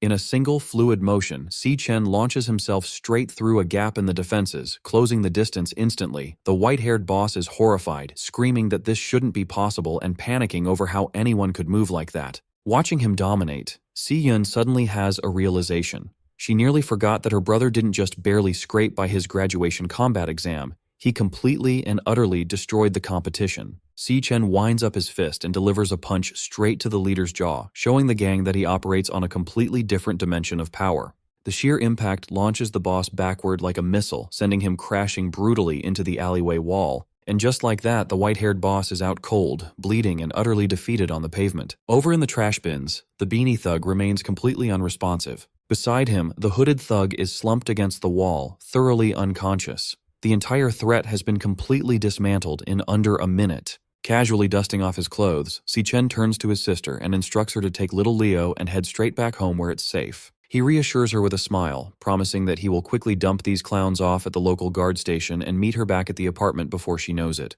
Still a little dazed by the sheer spectacle but feeling completely safe, Si-yun tightly clutches her fluffy cub and happily agrees to head home first. Several hours later, under the dim light of a crescent moon, the severely beaten white-haired leader slowly begins to drift back into consciousness. Groaning in pain, the battered boss struggles to open his blood-caked eyes. But his confusion quickly turns to dread. He realizes that he and his two thugs have been stripped of their weapons and bound tightly back-to-back around a concrete pillar, with Si Chen staring directly down at them. The leader immediately panics, hysterically demanding to know where they are and why they were dragged to this isolated spot, while the beanie thug whimpers that his shattered skull literally feels like it's cracking in half. Remaining completely unfazed by their whimpering, Si Chen coldly asks if they belong to the Black Mountain Society. Knowing they never lift a finger without getting paid first, he directly demands to know who is bankrolling their operation to kidnap his sister. The battered boss just chuckles bloodily, refusing to talk. He arrogantly explains that snitching is a death sentence in their line of work, so he has no intention of opening his mouth. Si Chen doesn't even bat an eye. Recognizing that they want to play tough, he calmly sighs, deciding they can do this the hard way. Suddenly, a dark, swirling energy wraps around him as his system initiates a class switch. The system confirms the switch is complete, revealing Si Chen's terrifying level 25 Phantom Sorcerer class. Armed with dark psychic manipulation spells like Soul Rest Enigma and Ripple Hell, he's about to show these mercenaries a level of mental torture they won't ever forget. Interrogating his captives, Si Chen wastes no time and activates his newly acquired Phantom Sorcerer magic to force his way into the white-haired leader's mind. Under the weight of the hypnosis spell, the mercenaries' mental defenses begin to fracture. Before anyone can process the shift, a thorny root erupts from the concrete right next to them. Terrified, the beanie-wearing thug screams in panic, demanding to know what is happening to his boss. Unmoved by their cries, Si Chen unleashes Soul Rest Enigma and targets the legs first. In a flash, a sharp vine pierces cleanly through the leader's thigh, painting the floor red. Si Chen then calmly marks the hands as his next target. Another thorny branch thrusts upward, impaling the mercenary's palm to ensure he can never threaten anyone again, making it clear that this agony is exactly what they deserve for ever daring to lay their hands on his sister. Witnessing his partner get dismantled so easily, the beanie-wearing thug loses what little courage he has left, screaming in terror at the power standing before him. With a cold gaze, Si Chen declares that it is finally the survivor's turn, and the surrounding wooden roots coil closer, ready to repeat the torture. The threat breaks the mercenary instantly. Sobbing and begging for mercy, he confesses everything, blabbing that the mastermind behind the kidnapping is the son of the first hospital's director. Desperate to save his own skin, the thug yells out the client's name, Jin Duoxin. At 5 o'clock that evening, at a lavish rooftop pool party atop the Purple Peak Tower, Jin Duoxin is lounging, unaware that his hired thugs have already sold him out. His wealthy friends start teasing him, laughing about how the legendary campus heartthrob was rejected twice by a single junior schoolgirl. Jin Duoxin fumes in silence, swearing that she made a fool of him in front of everyone, and promises himself that she will regret every second of it tonight. Annoyed by the constant mocking, he snaps at a girl trying to follow him and storms off toward the restroom to clear his head. While he is at the urinal, the restroom lights begin to flicker and buzz, instantly catching his attention. Growling in frustration, he curses his luck, complaining that even the building's electricity is plotting against him tonight. Suddenly, a shadow looms. Jin Duoxin spins around to find Si Chen standing behind him. Our boy calmly demands to know if he is indeed Jin Duoxin. Down in the surveillance room, the security guards gossip about how the rich kids bought out the top floor and shut off all the security cameras so they could party in private. One of the guards leans in, whispering a dark rumor that many of the girls up there did not come willingly, having been lured into a trap. Shocked by the revelation, the other guard can barely believe his ears. The informant confirms it, explaining that not long ago, a student took her own life after being abused at one of these parties, only for the wealthy parents to bury the scandal under a mountain of hush money. He warns his colleague never to be fooled by their expensive clothes and pretty faces because behind closed doors, these spoiled heirs are nothing but animals. Meanwhile, back in the restroom, Jin Duoxin panics and demands to know who this intruder is, threatening to call the police and have him thrown out immediately. Instead of replying, Si Chen calmly pulls out a phone and makes a call. Jin Duoxin freezes in terror as he sees his own phone ringing with an incoming call from his mercenary contact, Blackie. Holding the mercenary's phone, Si Chen glares at him, confirming that Jin Duoxin is indeed the one who ordered the hit on his sister. Horrified, Jin Duoxin demands to know what happened to Blackie, but his answer comes in the form of Si Chen effortlessly crushing the phone to pieces with crackling lightning. Overcome with terror, the spoiled heir backs away, screaming for the monster in front of him to stay back and desperately begging to know who he is dealing with. In an instant, Si Chen launches Jin Duoxin straight through the glass window of the restroom. Shattered shards rain down as the spoiled heir plunges to the pool deck below. Bleeding and bruised on the hard floor, Jin Duoxin frantically shrieks for help, begging anyone to save him. He looks toward the pool, only to find a chilling sight. Every single one of his party guests is already floating face down or slumped over unconscious. Si Chen steps out onto the deck, enveloped in a dark, ominous aura. Desperate to escape, Jin Duoxin crawls backward on his hands and knees, cursing in panic. Glaring up at the glowing eyes of his pursuer, he screams, demanding to know who he is, what he did to deserve this, and why he is being hunted. He tries to play his final card, loudly boasting about his father's high status as the director of the first hospital. He shrieks that if Si Chen lays a single finger on him, his father will use all his power and influence to have him buried. Tired of the empty threats, Si Chen orders Jin Duoxin to shut his mouth, instantly seizing control of the heir's mind with his hypnosis spell. Under the spell's influence, Jin Duoxin collapses to his knees. Si Chen looks down at his puppet and coldly commands him to pick up a sharp piece of the shattered glass. Jin Duoxin's hand automatically reaches down, gripping the sharp glass shard. It becomes clear that pure evil does not only hide inside dungeons. Instead, it walks among ordinary humans every single day. Jin Duoxin and his friends committed unspeakable crimes against a helpless student. These spoiled brats use their endless wealth to cover up their crimes, driving the poor girl to take her own life in despair. When the tragedy occurred, they simply used their family's power and influence to ensure that none of the blame ever stuck to them. Jin Duoxin had even forged the autopsy report to frame it as a tragic accident, boasting that the world belongs to those with money. This is the exact monster who paid a fortune to the mercenaries, ordering them to ruin Si Yun's life by any means necessary. But this time, Jin Duoxin made the fatal mistake of targeting the wrong person's sister. Gripping the razor-sharp shard under hypnotic control, he slowly raises the glass to his own throat. Si Chen vows to hunt down and eliminate every threat to his sister, even if it means acting as judge, jury, and executioner. Even if he has to walk through the darkest depths of the world, he will never hesitate. Si Chen then orders his puppet to end it. Right after their brutal tiebreaker battle inside the wild dungeon, a victorious Si Chen stands over his injured rival, Gong Ting. He calmly tells him that the dungeon overlord is dead and the exit is clear, urging him to hold on until the rescue team arrives. Gong Ting makes a promise, telling Si Chen that as soon as they get out, he will tell everyone the truth, that Si Chen was the one who saved all their lives.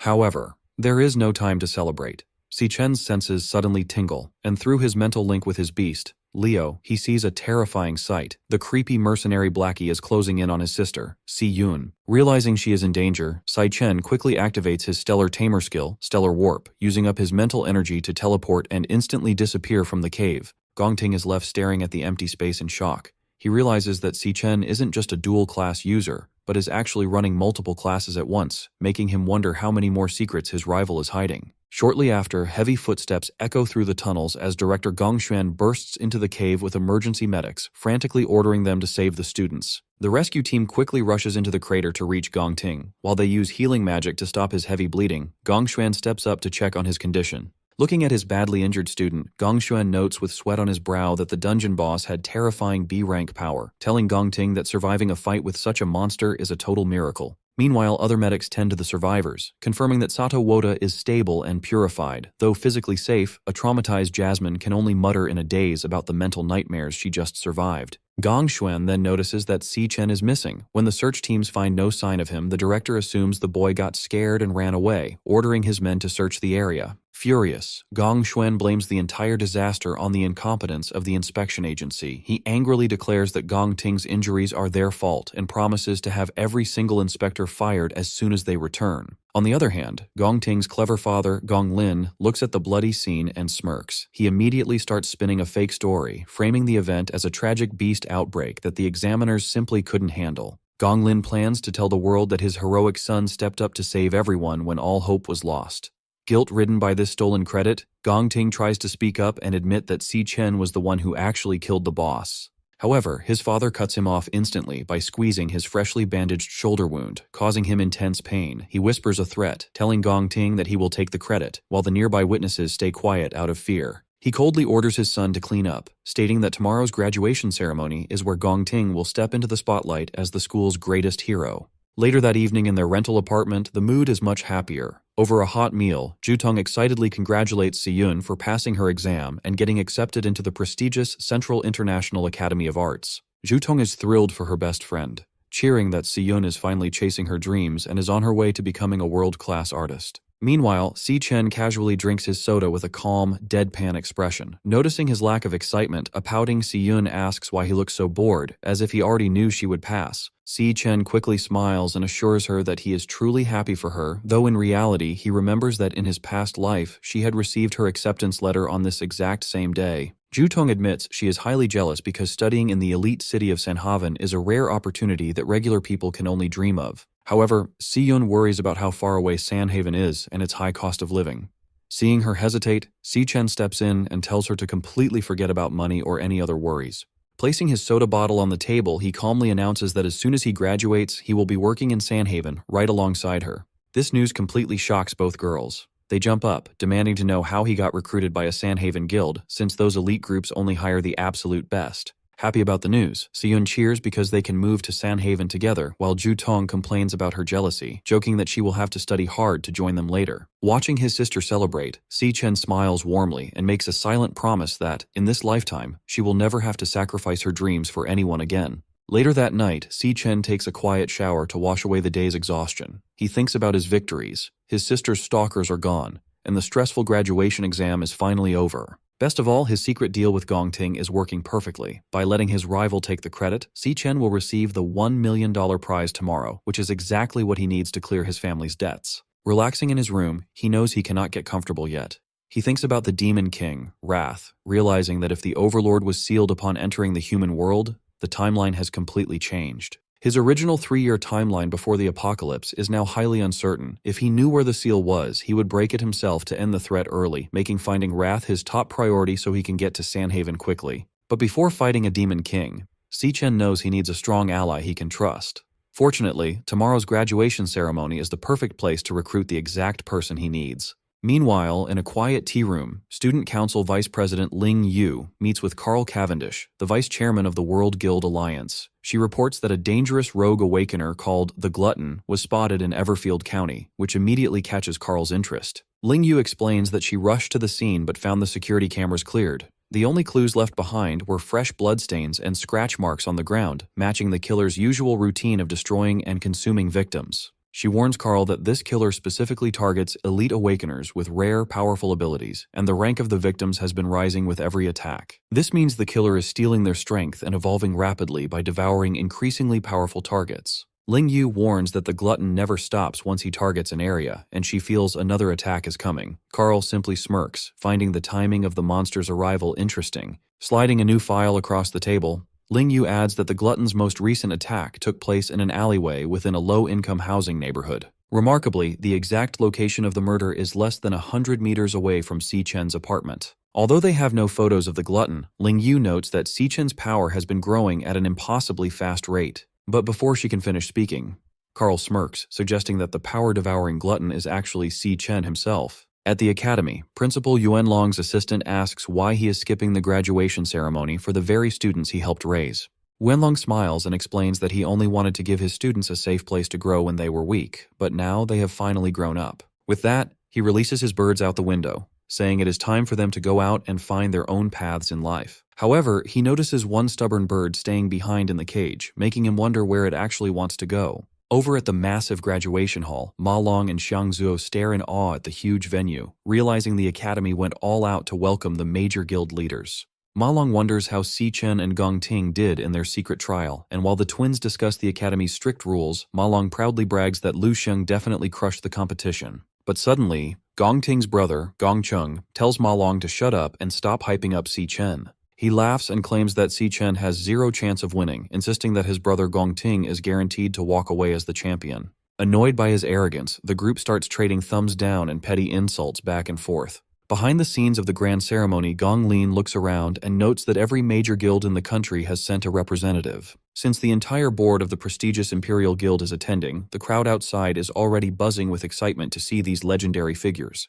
Soon enough, Imperial Guild co-founder Guam Yuan and founder Titan Ming make a grand entrance to greet the elite guests, prompting Gong Lin to quietly scheme for the upcoming board election. He plans to use this very ceremony to win over the undecided board members and break his dead-even vote tie. By doing this, Gong Lin is determined to finally seize the highly coveted chairman's seat for himself. He assures his son Gong Ting that Carl, the vice chairman of the World Guild Alliance, will personally hand him the champion's trophy, marking the start of their rise to the absolute top. However, he firmly warns Gong Ting not to screw this up, ordering him to go out there, give a perfect speech, and show the world what he is made of. Feeling suffocated by his father's intense pressure, Gong Ting remains silent while clenching his fist so tightly that his suit wrinkles.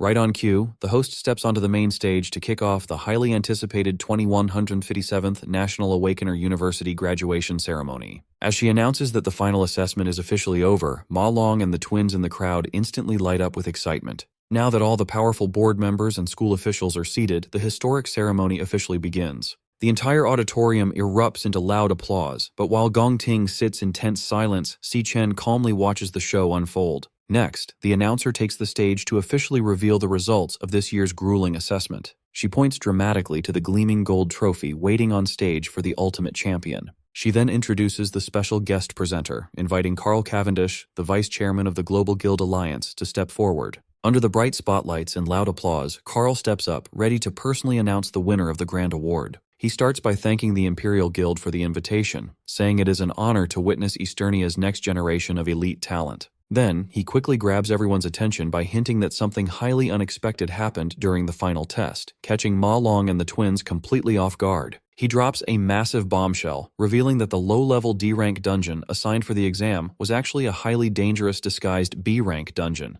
This shocking news sends a wave of panic through the crowd, with people whispering that even professional teams struggle with B-rank threats, wondering how on earth the students survived. Carl goes on to explain that when all hope seemed lost, one heroic student used sheer skill and flawless technique to pull off the absolute impossible. He reveals that this lone warrior single-handedly defeated the B-rank dungeon boss and brought his entire team back alive. As a calm Si Chen and Gong Ting listen from the crowd, Carl gets ready to name the strongest graduate of their generation. He raises his arm and officially crowns Gong Ting as the undisputed champion of the year. Confetti rains down as a serious Gong Ting stands up to accept the crowd's roaring applause. Meanwhile, Ma Long and Xiang Zuo are completely losing their minds, absolutely convinced that the results must have been rigged for Si Chen to lose. Seeing this, Gong Chung immediately starts gloating, rubbing the victory in their faces and bragging that his brother is simply built different.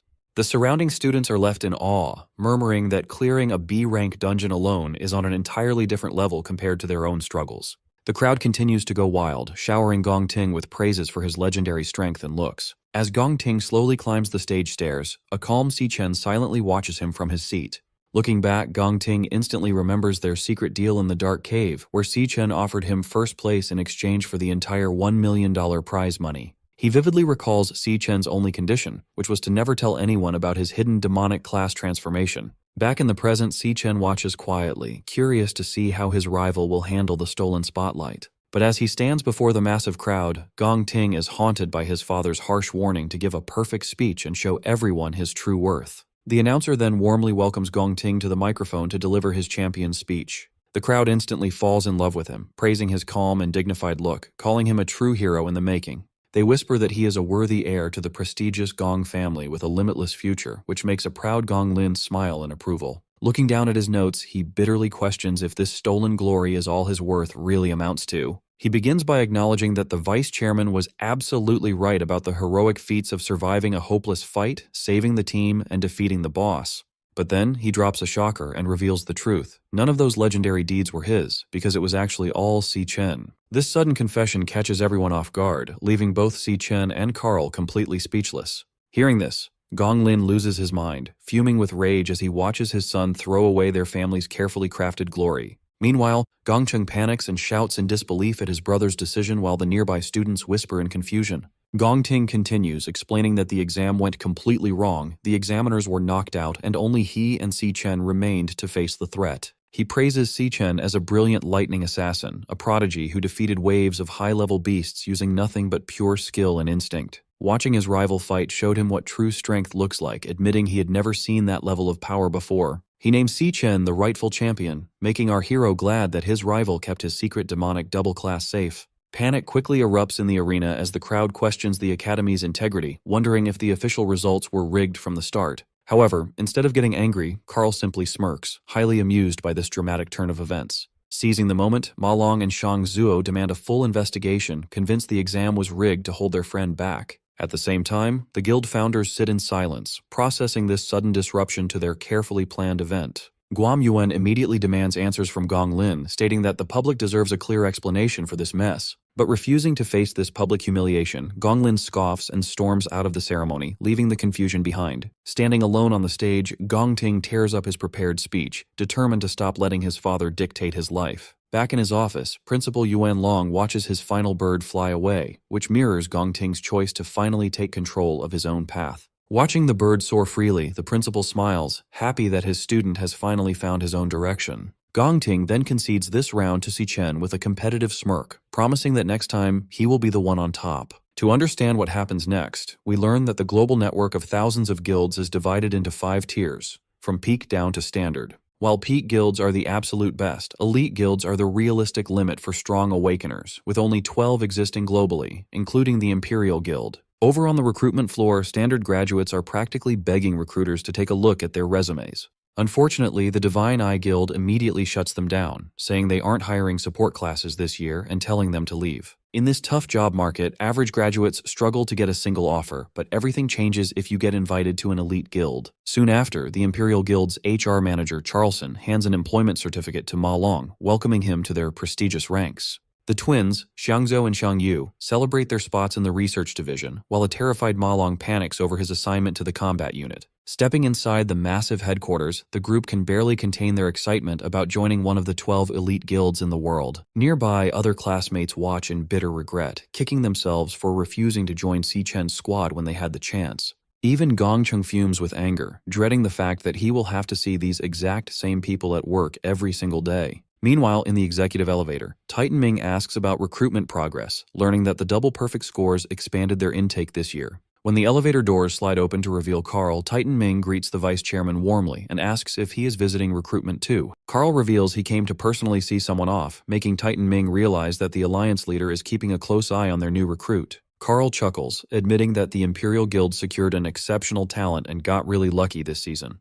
Back at the registration desks, Charlson checks his database and notices that one final candidate has not submitted his paperwork yet. Annoyed, the manager calls out Ma Long, demanding to know why their star rookie, Si Chen, is wasting everyone's time and delaying the process. Realizing his leader is indeed missing, Ma Long frantically scans the crowded room and calls out for his friend in a panic. Just then, Si Chen casually strolls back from a bathroom break, only to get yelled at by his anxious teammates for wandering off now. Seeing this delay, Charlson grumbles about the arrogance of rookies who already think they can play hard to get. The recruiter reminds the young graduate that even the top scorer must follow the rules, urging him to hurry up and sign with them. With zero hesitation, Si Chen calmly announces that he has no intention of joining the Imperial Guild, sending his teammates into a total panic. This sudden rejection sends shockwaves through the room, leaving his arrogant classmate Gongcheng completely speechless. The rest of the hall erupts in whispers as everyone wonders why any sane awakener would reject this offer, surprising even the top guild leaders. Slamming his desk in fury, Charlson yells that they prepared a prestigious senior position for him, an opportunity veterans would die for. However, Si Chen reminds the manager that he never actually agreed to join, leaving the recruiter fuming and demanding to know why he is here. Seeing the commotion, Carl Cavendish steps forward, finding the timing absolutely perfect as the crowd recognizes the legendary leader.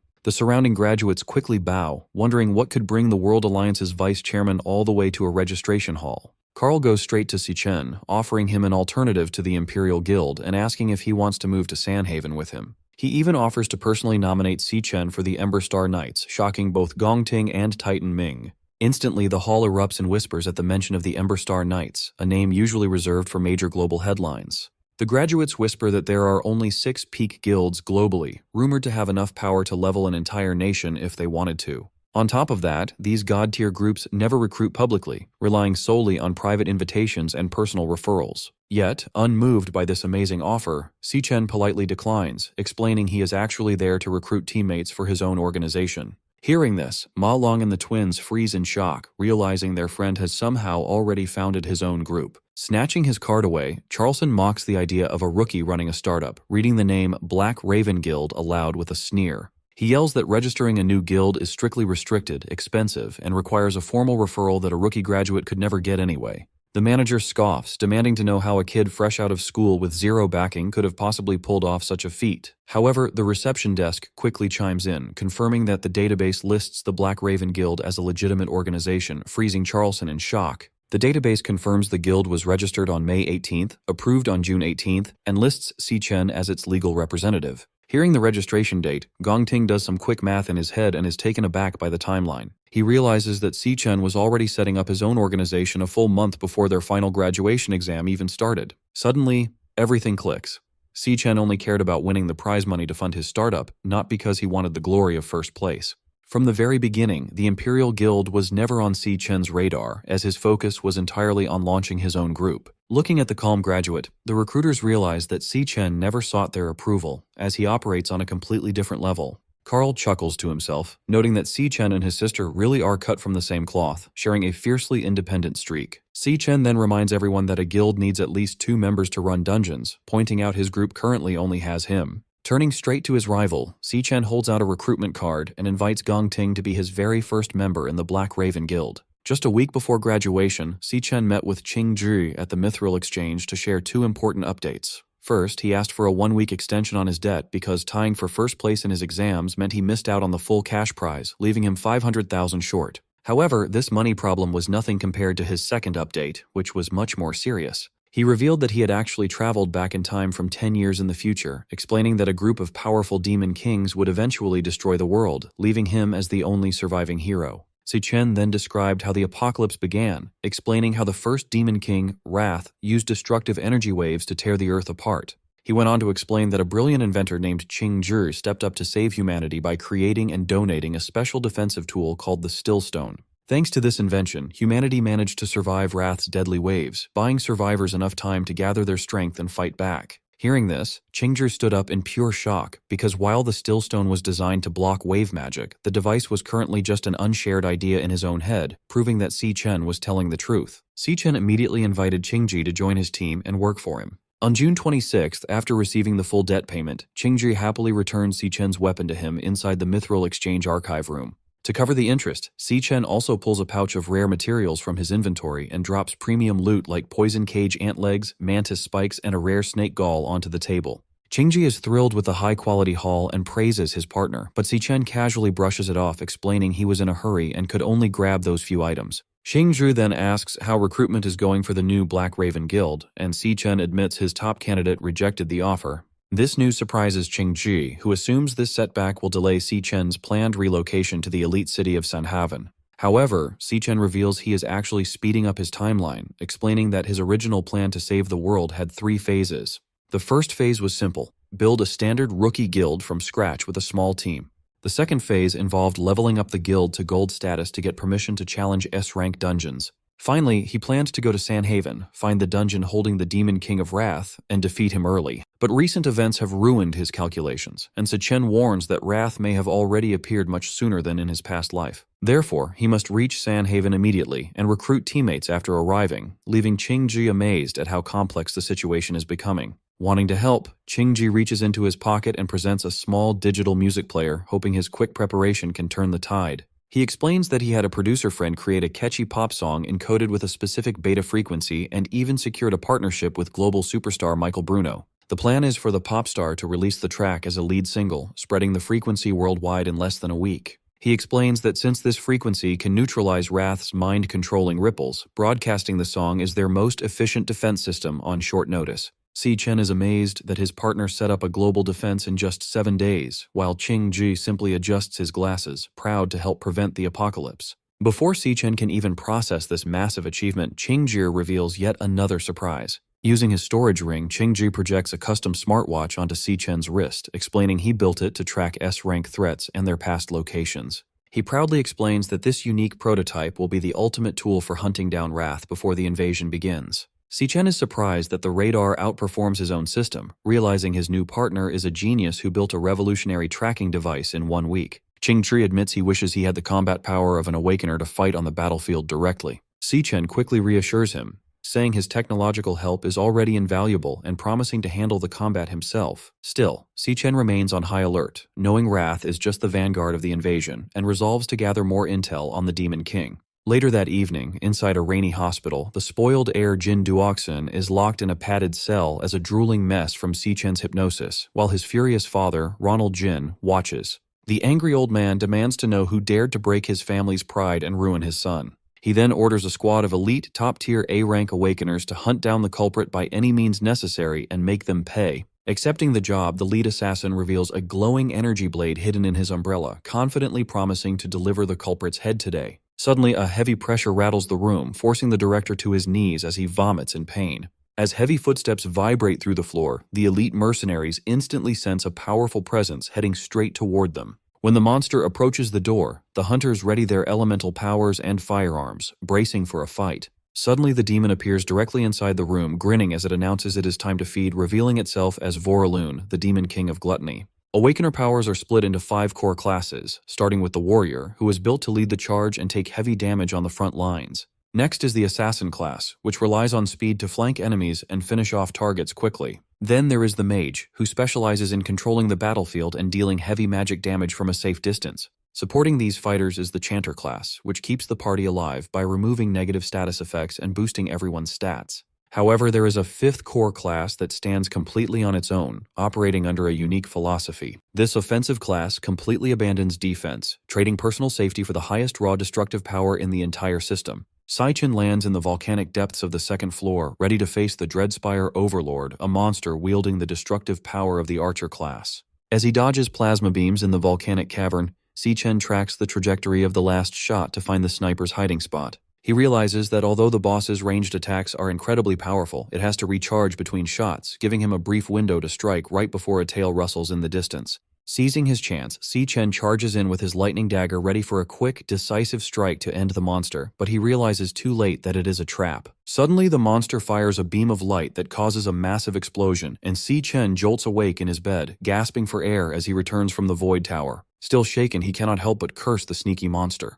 Stretching after a long night, Siyun finds her brother slumped on the couch looking like a zombie while the little cub, Leo, sleeps on his chest. She asks if he got any sleep at all, and Si Chen admits he spent the night hunting and ran into some serious trouble. When she asks what exactly he was hunting, he quickly brushes the question aside and tells her to forget about it. Instead, he shifts the topic to their upcoming move, sharing his plan to head to Sandhaven in a few days, right after they perform next week's memorial rites for their parents. Siyun wonders why he needs to leave so early, but he explains that he wants to arrive ahead of her to get their new home set up. Deep down, however, he knows he must speed up his plans to stay ahead of the looming apocalypse. Seeing his sister happily cuddling the cub, he feels relieved knowing Leo will be there to protect her, making their temporary separation much easier to bear. However, one dangerous flaw still weighs heavily on his mind. Under certain conditions, his psychic link with Leo disconnects. He recalls how his connection with the cub went completely silent the moment the gate slammed shut behind him in the deepest part of the wild dungeon. The mental link only returned after he successfully defeated the Overlord and forced the dungeon gates to reopen. This vulnerability chills him, especially when he reflects on how close he came to failing during his rescue of Si Yun. If his victory over the boss had been delayed by even half a minute, his sister and her companion would have been killed by the mercenaries. Before he sets off, Si Chen asks his sister if he can borrow Leo for his trip to Sandhaven. This sudden request catches both Si Yun and the little cub completely off guard. In this world, dungeons are rare and highly competitive commodities because clearing them yields extremely valuable resources. Because of this, the government auctions off the clearance rights for newly discovered dungeons, turning high-rank locations into multi-million-dollar bidding wars. Wealthy elite guilds quickly bid fortunes to monopolize all of these high-rank dungeons. While the major players snap up the best zones, the low-tier remnants are left for the public, forcing independent non-guild teams to fight over the leftovers. Inside one of these street-level offices, a minor party leader complains about barely winning a D-rank dungeon license, though his companion warns him to be grateful since they have not had work in months. Needing to fill out their roster, the leader sends his recruiter out into the streets to hire a warrior for their upcoming raid. Since government regulations strictly forbid entering dungeons with fewer than 2 people, unaffiliated awakeners who fail to join proper guilds gather at local markets to form desperate temporary teams just to get by. At the market, a desperate E-rank nuclear chanter named Tanaka Daiki pitches his weapon-heating support skills to a potential team. However, the recruiter girl carrying the spiked bat immediately shoves him away, shouting that she only wants a warrior and has no use for a weak support class. Walking past the commotion, Si-Chen realizes that the only way to ensure his sister's safety is to take Leo into a dungeon to gain combat experience and level up. Since his new guild does not have any dungeon rights yet and his private Dreamspire is far too dangerous for a young cub, he has to find a team in the public recruiting market. Wearing glasses and using a fake E-rank Stellar Tamer identity under the alias Ashton Lee, he registers alongside a hooded Leo, ready to blend in with the rookies and secure a spot in a party.